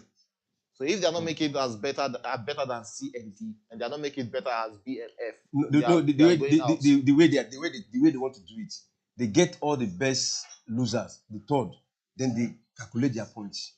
No, that is that. We'll probably confirm that later. A, C, and F. This is it here. Winner of Group B versus 3rd place best team across Group A, C, and D. What the thing now is, whenever in a competition like this, that's 3-0. There is 3rd goal already in that game. You can see the frustration. My goodness. My goodness. There's nothing we can really say there. Equatorial Guinea has gone 3 levels in that game against Ivory Coast and sent them into confusion and distraction. The stadium, the elephants are really down. And it's that big man, you swear, if I'm not mistaken, with that 3rd goal for Equatorial Guinea against Ivory Coast. Really again? Yeah, let's see who scores that. It's that man. Yes, that is his 5th goal in the Afcon. Wow. The 34 years old is really having a dream Afcon, no doubt. Wow. Having a dream Afcon. Look at that. Look at that build-up play. You know, calmly, you see, how did the number 2-on-1 drop the ball, right positioning, good finish. And that is Emilia Nsue with the 2nd goal in this encounter. Let's see if we'll be getting back-to-back hat-tricks in the Afcon. Currently has 5 goals right now in the 2023 Afcon. Picked his spot rightly, and just like the big man, 34 years old, having 5 goals already. He's the oldest hat-trick scorer in the Afcon. And right now, he has 2 goals already. Look at the frustration. Look at the disbelief on the bench of the Ivorian. Even Seko Fofana can't just believe they are 3 goals down at all. Yeah, 3 goals down. Honestly, I don't think any African football faithful will expect this kind of result. And still really disappointing. So disappointing from the Côte d'Ivoire themselves. And that is goal number 69 in Afcon 2023. Lot of goals, and still the 4th day of game 3. And here's a chance for Ivory Coast to get one back, but they couldn't just pull that into the back of the net. And that is Fofana with that big chance for Ivory Coast. But he couldn't put that into the back of the net. Cross. And currently, why will you want to tap that with your instep instead of lifting it with your house step? You see, those little touches. If you had touched it with a house step, that ball would have flipped into the net. For you to twist your body and use your instep, these are little decision making. Right now, as it stands, looking at the number of goals Equatorial Guinea has scored against Ivory Coast, I think probably we should be appreciating the Super Eagles getting that 1-1 draw in the first There's game. nothing like that. Nothing. You know, I used to call them the game with the world. I said one sleeping giant against another sleeping giant. That is not justifiable because we played a 1-1 and they defeated Ivory Coast. No, Ivory Coast was there for the open. Nigeria struggled against Ivory Coast. Yeah. Just the brilliance of Osimhen that won that game for us. That means even the Super Eagles of Nigeria is not doing justice to football on the field of play. Equatorial Guinea deservedly, they are topping this group, and it's a good one. Okay, this game restarted in that game between Nigeria and Guinea-Bissau, and it looks like the goal scorer Emilio Nsue has just been replaced in that game. Unless it was actually replaced. Yes, he has been replaced by the manager of Equatorial Guinea, and Siafa, Oscar Siafa, who has just been brought in by Equatorial Guinea. So Emiliano won't be getting that hat-trick against Ivory Coast. And back into the game between Nigeria and Guinea-Bissau. And yes, Victor Osimhen on the ball in the 77th minute. And it's looking like the Super Eagles of Nigeria will have to settle for this 1-0 victory over Guinea-Bissau. But it's really going to be, Nigeria putting themselves in hard situations when it comes to the second round. Yeah, putting themselves in hard situation. Look at how they have been wasteful in this second half.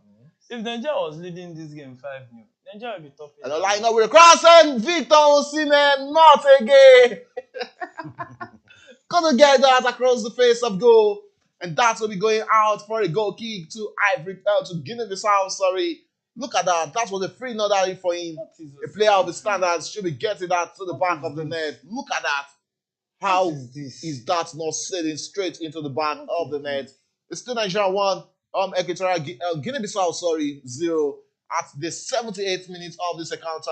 And back into the game between and back in check there. It's Nigeria clearing off their lines and being played back. Is Guinea-Bissau in possession against the Super Eagles of Nigeria, and it holds on to that. And Nigeria won possession back, but the referee has just cited the infringement, and it's free kick to Guinea-Bissau, who keeps on asking the questions against the Super Eagles of Nigeria. 79 minutes gone, 11 more minutes to go in this game. This Nigeria leading 1-0, courtesy that first half own goal by Sagate. Not really being the competition for the Nigerian attackers, as Victor Osimhen is still struggling to get his second goal at Afcon 2023. They are still struggling at this point in time after the whole group games. If you want to score a lot of goals in a competition, the group games are the best options, because once you go into the knockout stages, you start meeting stiffer and tougher opponents.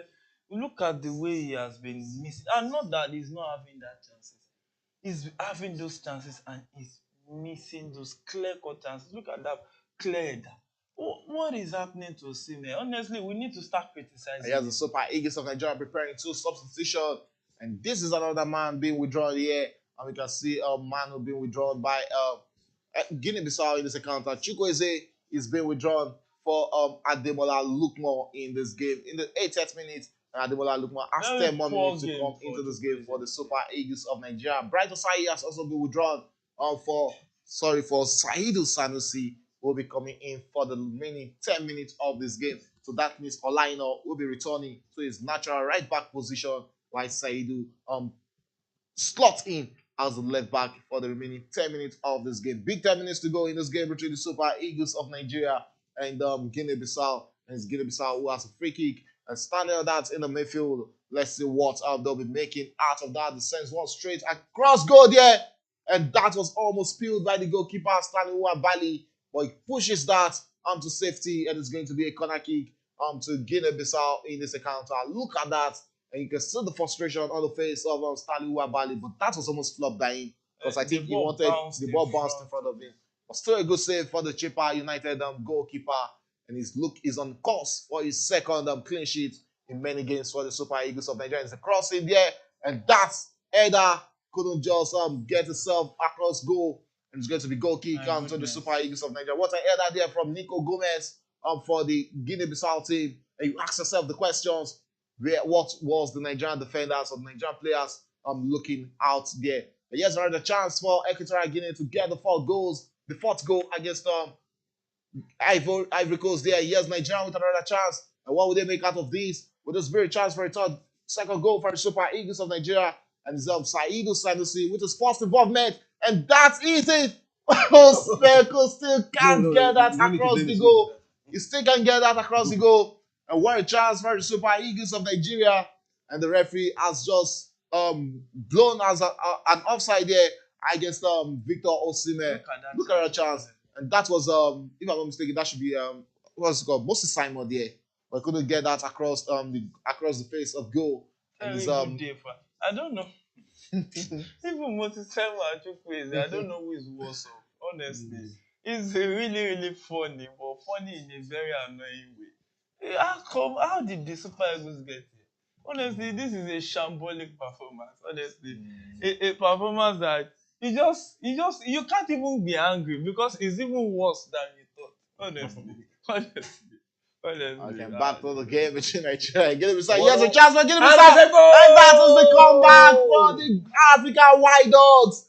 And Guinea-Bissau has just gotten the equalizer against the Super Eagles. But the referee says no. And that is an offside call from the assistant referee.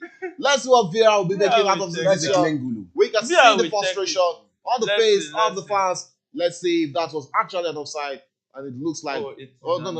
He's back in line. He's back in line. It was not. Look at the touch. It's an offside. The touch on that. Okay, let's see what VAR decisions will be making, or what VAR decisions will be. And that was the goal from that big man, Francolio Jiju for Guinea-Bissau. And the referee will be waiting for VAR. And VAR has just chalked that off, as we'll be getting the 70th goal in Afcon 2023 from that. And it's Nigeria who have just been given a lifeline in this game after missing a lot of chances. And here's a chance for Victor Osimhen with that beer circle. And it's Saidu who puts that into the back of the net. Will that be a back-to-back offside? Let's see what the referee decision will be. And it's an offside call against Saidu. And it's back-to-back offside decisions. Back-to-back, right? And that's what VAR decisions will be there. And that's, I think, Osimhen run. No, it wasn't Osimhen who made the ball. It was Osimhen who made the ball, but Osimhen wasn't off. And this should be enough. And that should be a second goal for the Super Eagles of Nigeria. And let's wait as we await that confirmation. And that is Saidu with that second goal for the Super Eagles of Nigeria. That should be a goal. Saidu Sanusi. But the referee says no. And the decision is still 1-0. And that goal was chucked out for offside by the center referee. That was supposed to be a goal because it was Osimhen who got the ball. I think they were talking about an handball. Maybe that was the issue there. Maybe there was an handball leading to that goal. Two goals being chucked out for the Super Eagles of Nigeria right now, and one chucked off for Guinea-Bissau. For offside, 3 goals chucked off already in this encounter, and just 1 goal stands in this game between Nigeria and the Guinea-Bissau. 85th minute, 5 more minutes to go in regulation time. But as all things stands right now, the Super Eagles of Nigeria are on course to finish as the second best placed team in Group A. What a group this has actually been at the Afcon. Yeah, what a group, what a group. Ivory Coast, as far as I'm concerned, I think they have been really unlucky in this game. They have been really, really unlucky because, my goodness, those goals they scored, and it's even demoralizing. Look at those attempts they are having. Honestly, they threw everything at Equatorial Guinea. It's just a bad day in the office for them. You can hear that from here, man. Just a bad day in the office for Ivory Coast. After 2 goals were chucked off for offside, and back to the game between Super Eagles of Nigeria and Guinea-Bissau. That game is currently in the 86th minute already, and it's Guinea-Bissau attacking against the Nigerian national team. And what will they make out of this? The goal first shot. Wow, that was almost beating Stanley Nwabali to his rear position. But that is going to be a corner kick to Guinea-Bissau in the 86th minute. The shots are coming in like a bullet, being released against the Super Eagles of Nigeria. And that should be a goal kick. Yeah, that would have been a good. But you have to be sure. Yeah, you have to be very sure. It's better to be sure. Yeah, better to be sure. Not to hear stories that touch the heart. Yes, a corner kick for Guinea-Bissau still has an opportunity of coming back into this game against the Nigerian national team. And let's see what they'll be making out of this. 36 minutes gone and 4 minutes to go in regulation time against Nigeria. Guinea-Bissau with the corner kick, and they take a long one into the box, but easily cut out there by the Nigerian team who clears the line and straight into the midfield. It's still Guinea-Bissau in possession and attacking against the all-white of the Super Eagles of Nigeria. It's the African White Dogs trying to attack and trying to bring down a mighty eagle in this encounter. 86 minutes gone, approaching the 87th minute in this encounter. Let's see, 3 more minutes to go for Guinea-Bissau to come back into this game. And here's another chance, a real chance for Equatorial Guinea to go far up against and it is far! What a game! And that is Equatorial Guinea get to the 4th goal. I think the Ivorians are in disbelief. Yeah, of course. 4-0. Fourth goal in that game. What a game of football. And that is the game. That is why this game is a beautiful game. The unexpected is happening in that game between Equatorial Guinea and the host nation, Ivory Coast, dead and buried right on their home ground. 4-0. And the frustration. They just believe They don't even understand what has befallen them in this encounter. And it's Ivory Coast losing 4-0 at home. No answer to all the questions. 4-0 they lose right now. Yeah, 4-0 they lose. You know, we've not really seen the face of Didier Drogba since then. You know, I'm very sure he would be very highly disappointed with what is happening. You know. And one thing that has worked against the Ivory Coast, terrible goalkeeping.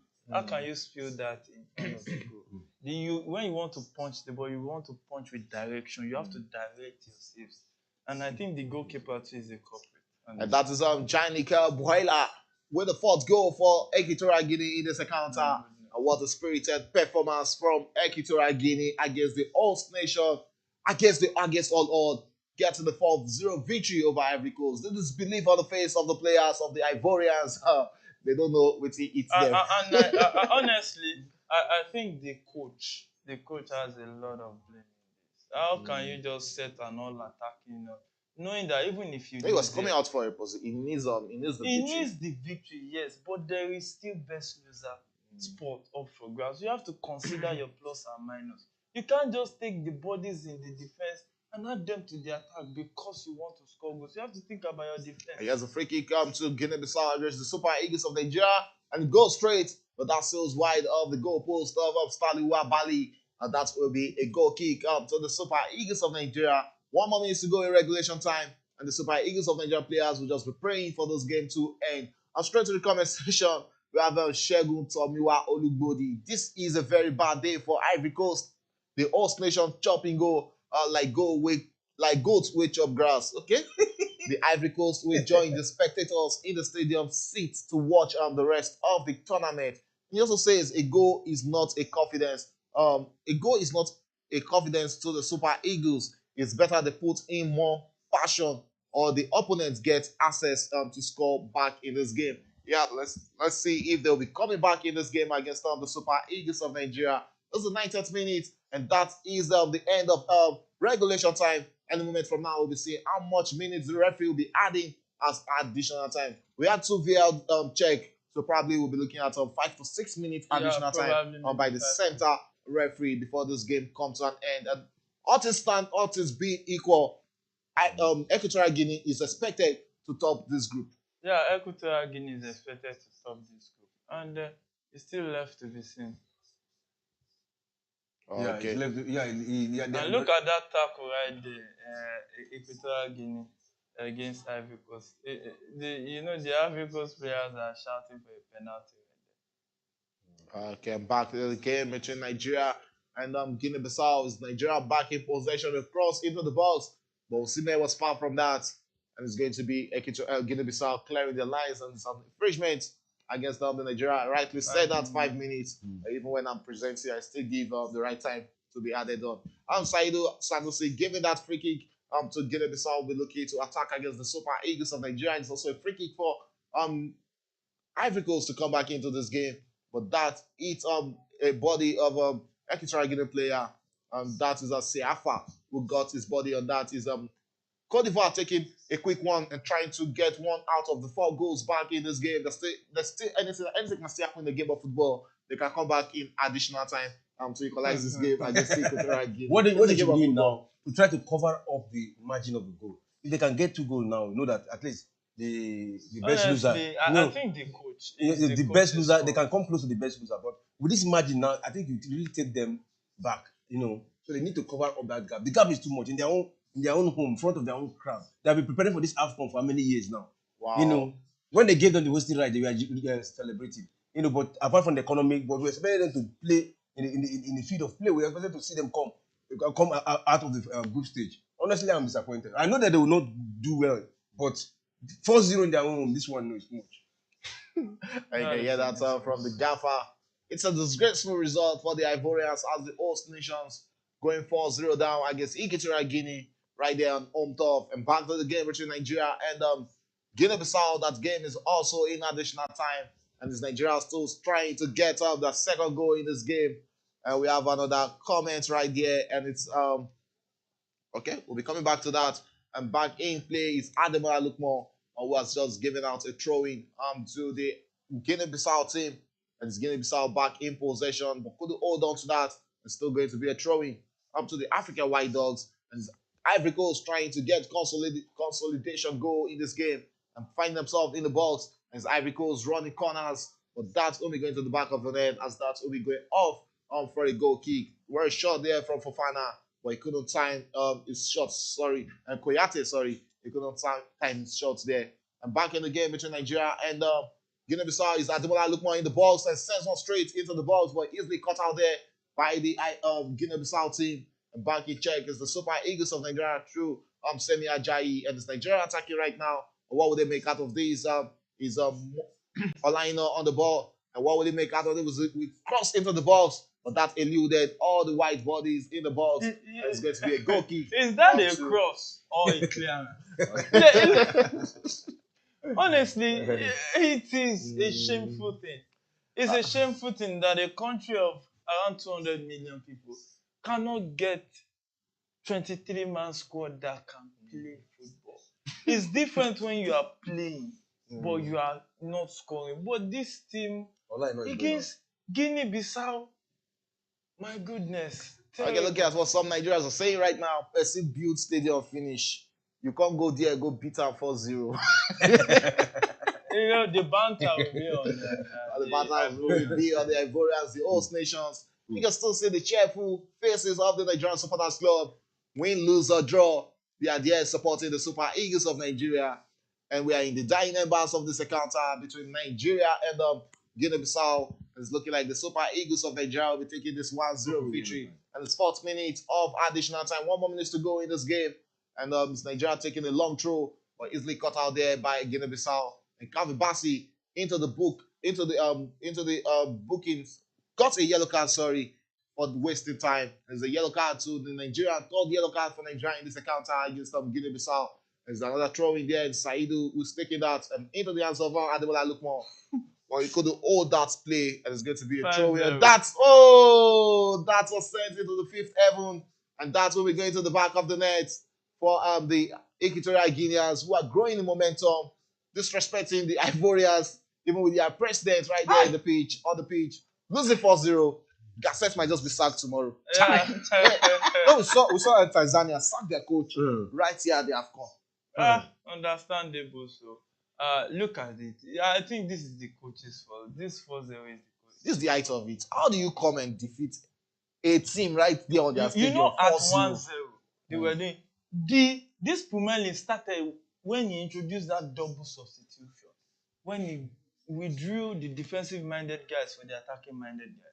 You don't attack forgetting your defense. There's a chance for Ivory Coast to come back into that game, but no, that won't be it for them. And we're into the final moment of the game between Guinea-Bissau and the Super Eagles of Nigeria and Guinea-Bissau. And that is the final whistle of that game as the center referee, Bocha Kabobi, just blown the final whistle in that game and called this game to a stop.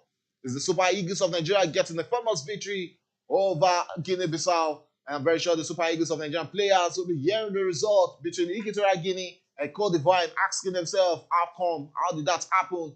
But that is the game of football. And the first confirmation of a team going out is Guinea-Bissau, who will be going back to their country with the first flight tomorrow. Yeah, Guinea-Bissau out of the competition. And they didn't really do themselves a whole lot of good. They didn't even get. And the match in the Equatorial Guinea ended. And it's game over in the game between Equatorial Guinea and Ivory Coast. 4-0 that game ended. Equatorial Guinea not looking for equity and equality against the Ivorians. They went beyond all check of humanity, defeating the host nation 4-0 at home and reducing them to that thought of how did this happen? How did this happen? It's a game of football. It happens. And even this kind of result, if you want to think about it, if you can avoid it, because Ivory Coast can be a dangerous team in the knockout stages. And if they're out of the group stages, that has shown that, things can actually end up in a surprising way. Wow. Honestly. And at the end of the first set of games in match 3, we've seen 5 goals already, which puts us plus the 65 goals we saw in match 1 and 2. 70 goals scored already at Afcon. 32 more goals to go to break the record. Surprisingly, Equatorial Guinea has scored 9. 9 goals out of the 70. So really, really exciting time. Afcon is living up to expectation. Surprises in the pipeline, but the players need to improve individually. Wow. Solomon, your final take. Yeah, very exciting games today. The match between Equatorial Guinea versus Cote d'Ivoire. You know, I just a mind-blowing game. I'm so disappointed with the Cote d'Ivoirians in your own home, beating 4-0 in the front of your president and in the front of the crowd. You know, the stadium was filled to the brim. You know, and they could not even reply with a goal. You know, it's looking like a national disgrace. But we manage it like that. Football is always like that. And you can see there was no smile in the face of the president. He was almost hiding his face. And you can see the players, even those of the players that were in the substitution bench, some of them were crying tears. One he was crying and spit was coming out of his mouth. You know, to tell you how painful it is. You know, so disappointed. Well, let's see if they can still come out as one of the teams that will come out from the best losers. I think it will be still good for them. They can still come back and redeem their image. Yeah. Then to the Super Eagles match, congratulations to our goalkeeper, Stanley Wambly, for another clean sheet, 2 clean sheets in the Afcon. Out of the 3 matches, he has gotten 2 clean sheets. Then the coach of Guinea-Bissau, surely, he has coached Guinea-Bissau for 8 years, you know, and they have been calling for a sack prior to this Afcon. You know, I think they say if he didn't win his first match, probably is going to leave that job. So he has actually lost it and is definitely going. For 8 years, he has been coaching Guinea-Bissau, and there's nothing to show for it. You know, and for the Super Eagle, well, this is not the best of the Super Eagle I expect. This is not the best of the Super Eagle. You know, they just played, and I don't know what kind of tactics they played that is not so effective. This is a defensive tactics. You know, this is the defensive tactics. It is good when you are up like 2 goals ahead of your opponent. You know, you can start playing this kind of tactics. But when you need a goal, this is not the best tactics to play. So it is left for Pesero to know when to play the tactics he has trained for. So I think so far so good. Anyway, congratulations to the Super Eagles because they are going to the next one. Okay, congratulations to the Super Eagles of Nigeria who will make it into the second round as the second best placed team in Group A, and they'll be waiting to see who finishes as its second best placed team in Group C to know who they'll be facing. It's either Guinea or Cameroon, no doubt. Yeah, either Guinea or Cameroon. What do you prefer? Any of the teams. I'm not just expectant from the Super Eagles. Honestly, I've seen football for some years. I know when a team is playing well. Equatorial Guinea is playing well. They are organized. Forget the goals they are scoring. They are organized. They play to coaches' instruction. You will see coaches' instruction. A team that have good positional play. They have a good goalkeeper. But when it comes to the Super Eagles, I'm not expectant.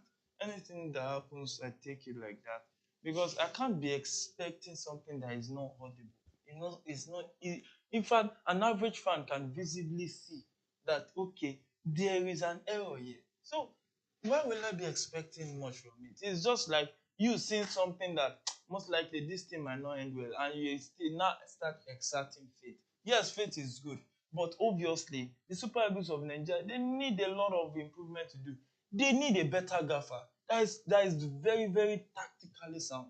You can't approach a game against Guinea-Bissau defensive minded.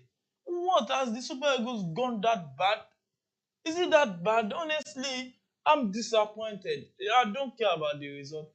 Super Eagles should be topping this group. There's no excuse.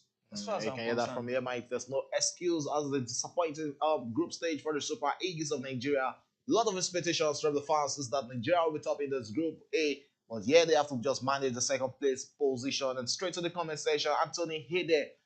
This was just a narrow victory from the Super Eagles. They had better buckle up. Not, I see them coming home soon. Wow. Looking at Victor Osimhen coming into the competition, a lot of expectation on the Napoli striker, the current African Footballer of the Year, but he's not living up to that expectation at the Afcon. He has been really wasteful, really wasteful, and I think that really needs to be something has to be done about it. And being wasteful, it might be more psychological. Maybe the weight of being the African Footballer of the Year is on him. But I think maybe the psychologist should do some job on him mentally because those chances is losing. On a normal day, Osimhen buries those chances. So when something that is unusual, happens, then you have to look at it holistically, not just put the blame on him. Maybe the psychologist of the team, sit him down, let's talk, have a conversation. Is he under pressure to score? Is he over anxious to score?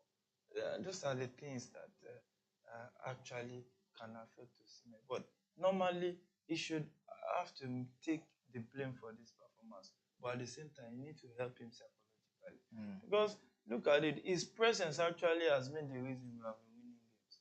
Look at that penalty goal against Ivory. And even this first error. This own goal was because of his own pressurized the defender to actually commit that mistake. So these are the things that are very clear. Okay, the gaffer, the round of 16 is another ball game. Because at their other sports, there's no opportunity for a second chance or a second coming for the Super Eagles of Nigeria. They all have to go out and be clinical in front of goal. And we've seen Moses Simon, wasteful in this game against Guinea-Bissau. Going into the next match, even Chukwueze hasn't really come into this competition. But the questions has been, what has been happening to Kelechi Iheanacho? Well, that is another thing we have to ask Pesero. We don't know, people probably reserving him for the next round, when we just release him to be as a joker, because some coaches will not want to come with their best, and maybe it was when you get to the 16th round, come up with something new that because when they study you, they know your strengths, they know your weaknesses, they use it against you. So it's like he's not revealing everything yet. And the way the Super Eagles approach this game today, apart from Osimhen being wasteful, even Moses Simon. I don't agree with the fact that philosophy. I'm not because if you look at it, you need to qualify. What are you hiding? It doesn't. It's not. No. I think this game he has qualified already. No. What it needed was just a draw. I think. See, I think you can't give what you don't have. That is the situation. That coach is not that good when it comes to tactical and technical approach to the game. It's easy for you to say you want to defend. When you want to attack, now you have to bring it up to the table. How will the teams, their positional play going forward, how will they join in? When you see runs, what are the movements? How many bodies will be in the box? How many players will attack the ball? Which wing are we using the most? Is it the right wing, the left wing? Which one is our strong point? Which man do we have on the field of play? Which one is better off? Which wing or which wing? There are some teams that they know that their right wing is stronger than their left. Yeah. It is the man manning that position. You need to understand all these little things. How can we play? We don't have a playmaker. Then you exploit the wings. It is as simple as that. Okay, Osimhen, you can't play. Okay, you are not getting the passes. Drop back into the midfield and play like a Suarez or Samuel to spring up the passes and go and end it in front of goal. You can see that Osimhen has eye for passes. Yeah. You can come back. That means he will be doing more work. And I think that's one of the reasons why we miss Victor Boniface. Victor Boniface is that hold-up play. Because Victor Boniface can drop back and do that number 8 job, number 10 playmaking job. Not to the best, but at least will be better than what all these so-called midfielders are doing in the field of play. Terrible. Looking at the bench of the Super Eagles of Nigeria. Lastly, sorry, because I have to let you guys take your rest before the game before the next set of games. Looking at the bench of the Super Eagles of Nigeria, there's still Terry Murphy, another terrific striker on his own day with Leorraine. Why has he not been tested? You see, Terry Murphy has played some games for Nigeria and he has not been convincing. That's the truth. Playing in Nice is different from the Super Eagles. You have different support casts. Because... do you think that is why Victor Osimhen is also struggling? Yeah, maybe. But Victor Osimhen has had good goal-scoring chances. Had it been there was no chances, we will say they are not creating for him. He has had good goal-scoring chances and he has not been able to score more than one. Those chances are clear-cut. See, there is a 100% chance that if he's up to it psychology, he should be scoring all of them. Because those chances are very good sitters. Look at this point blank header. Look at that chance he missed against against Equatorial Guinea. We would have defeated Equatorial Guinea. Even Ivory Coast. Yes, even Ivory Coast. Look at those one-on-one situation, 1v1 situation. Look at that attempt that Seidu now had to score. Look at the first attempt. The goalkeeper saved it. So What is he doing? What is happening to Osimhen psychologically? I think he needs to up his game in this competition. A lot of questions without answers, but let's just hope Pesero and his boys will be providing answers to those questions. And when the round of 16 games starts, confirmation, we have two teams who have been confirmed to make it straight into the round of 16. Equatorial Guinea top in Group A, and Nigeria coming second in that group.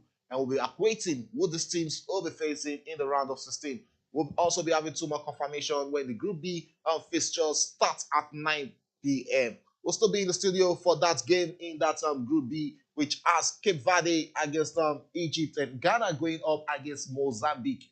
Two beautiful games, and everybody in this group, probably except Cape Verde, who has been confirmed to qualify for the round of 16. The remaining three teams still stand a chance of making it into the round of 16. Yeah, good. So everything's still to fight for. Yeah, there's still everything to fight for.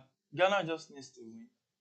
If they can win, they have a better chance of qualifying than via Egypt. The best loser. Not, even if they beat if they beat Mozambique, they'll have 4 points. Yes, should if Egypt defeat Cape Cape Verde, Egypt will have 5. Yes, that is So where it is. It is mainly about being grinded to qualifying via the best loser. But if Egypt cannot defeat Cape Verde, that's where, okay, if they win with that 4 points, they can be second in the group. But there's still an opening for them to qualify as the best loser. Okay, and that is the matches at 9 p.m. You can join us on Premier Sport Fan Center as it promises to be another great set of interesting matches. Cape Verde against Egypt, while Ghana Black Stars will be taking on Mozambique at 9 p.m. Well, that's about how much we can take for this moment and this minute. And don't forget, the Super Eagles of Nigeria defeated Guinea-Bissau 1-0. And also, the host nation, Ivory Coast, the Elephants, couldn't do anything against Equatorial Guinea. The national Thunders actually swept them off their feet. 1-0 that game ended between Equatorial Guinea and Ivory Coast. And the game between Super Eagles of Nigeria ended 1-0 in favor of Nigeria and Equatorial Guinea. And Super Eagles just cemented their spot in the round of 16. 40 more spots to go, and let's see who will be joining them in the round of 16. So we'll come your way again at 9 p.m. It's bye for now.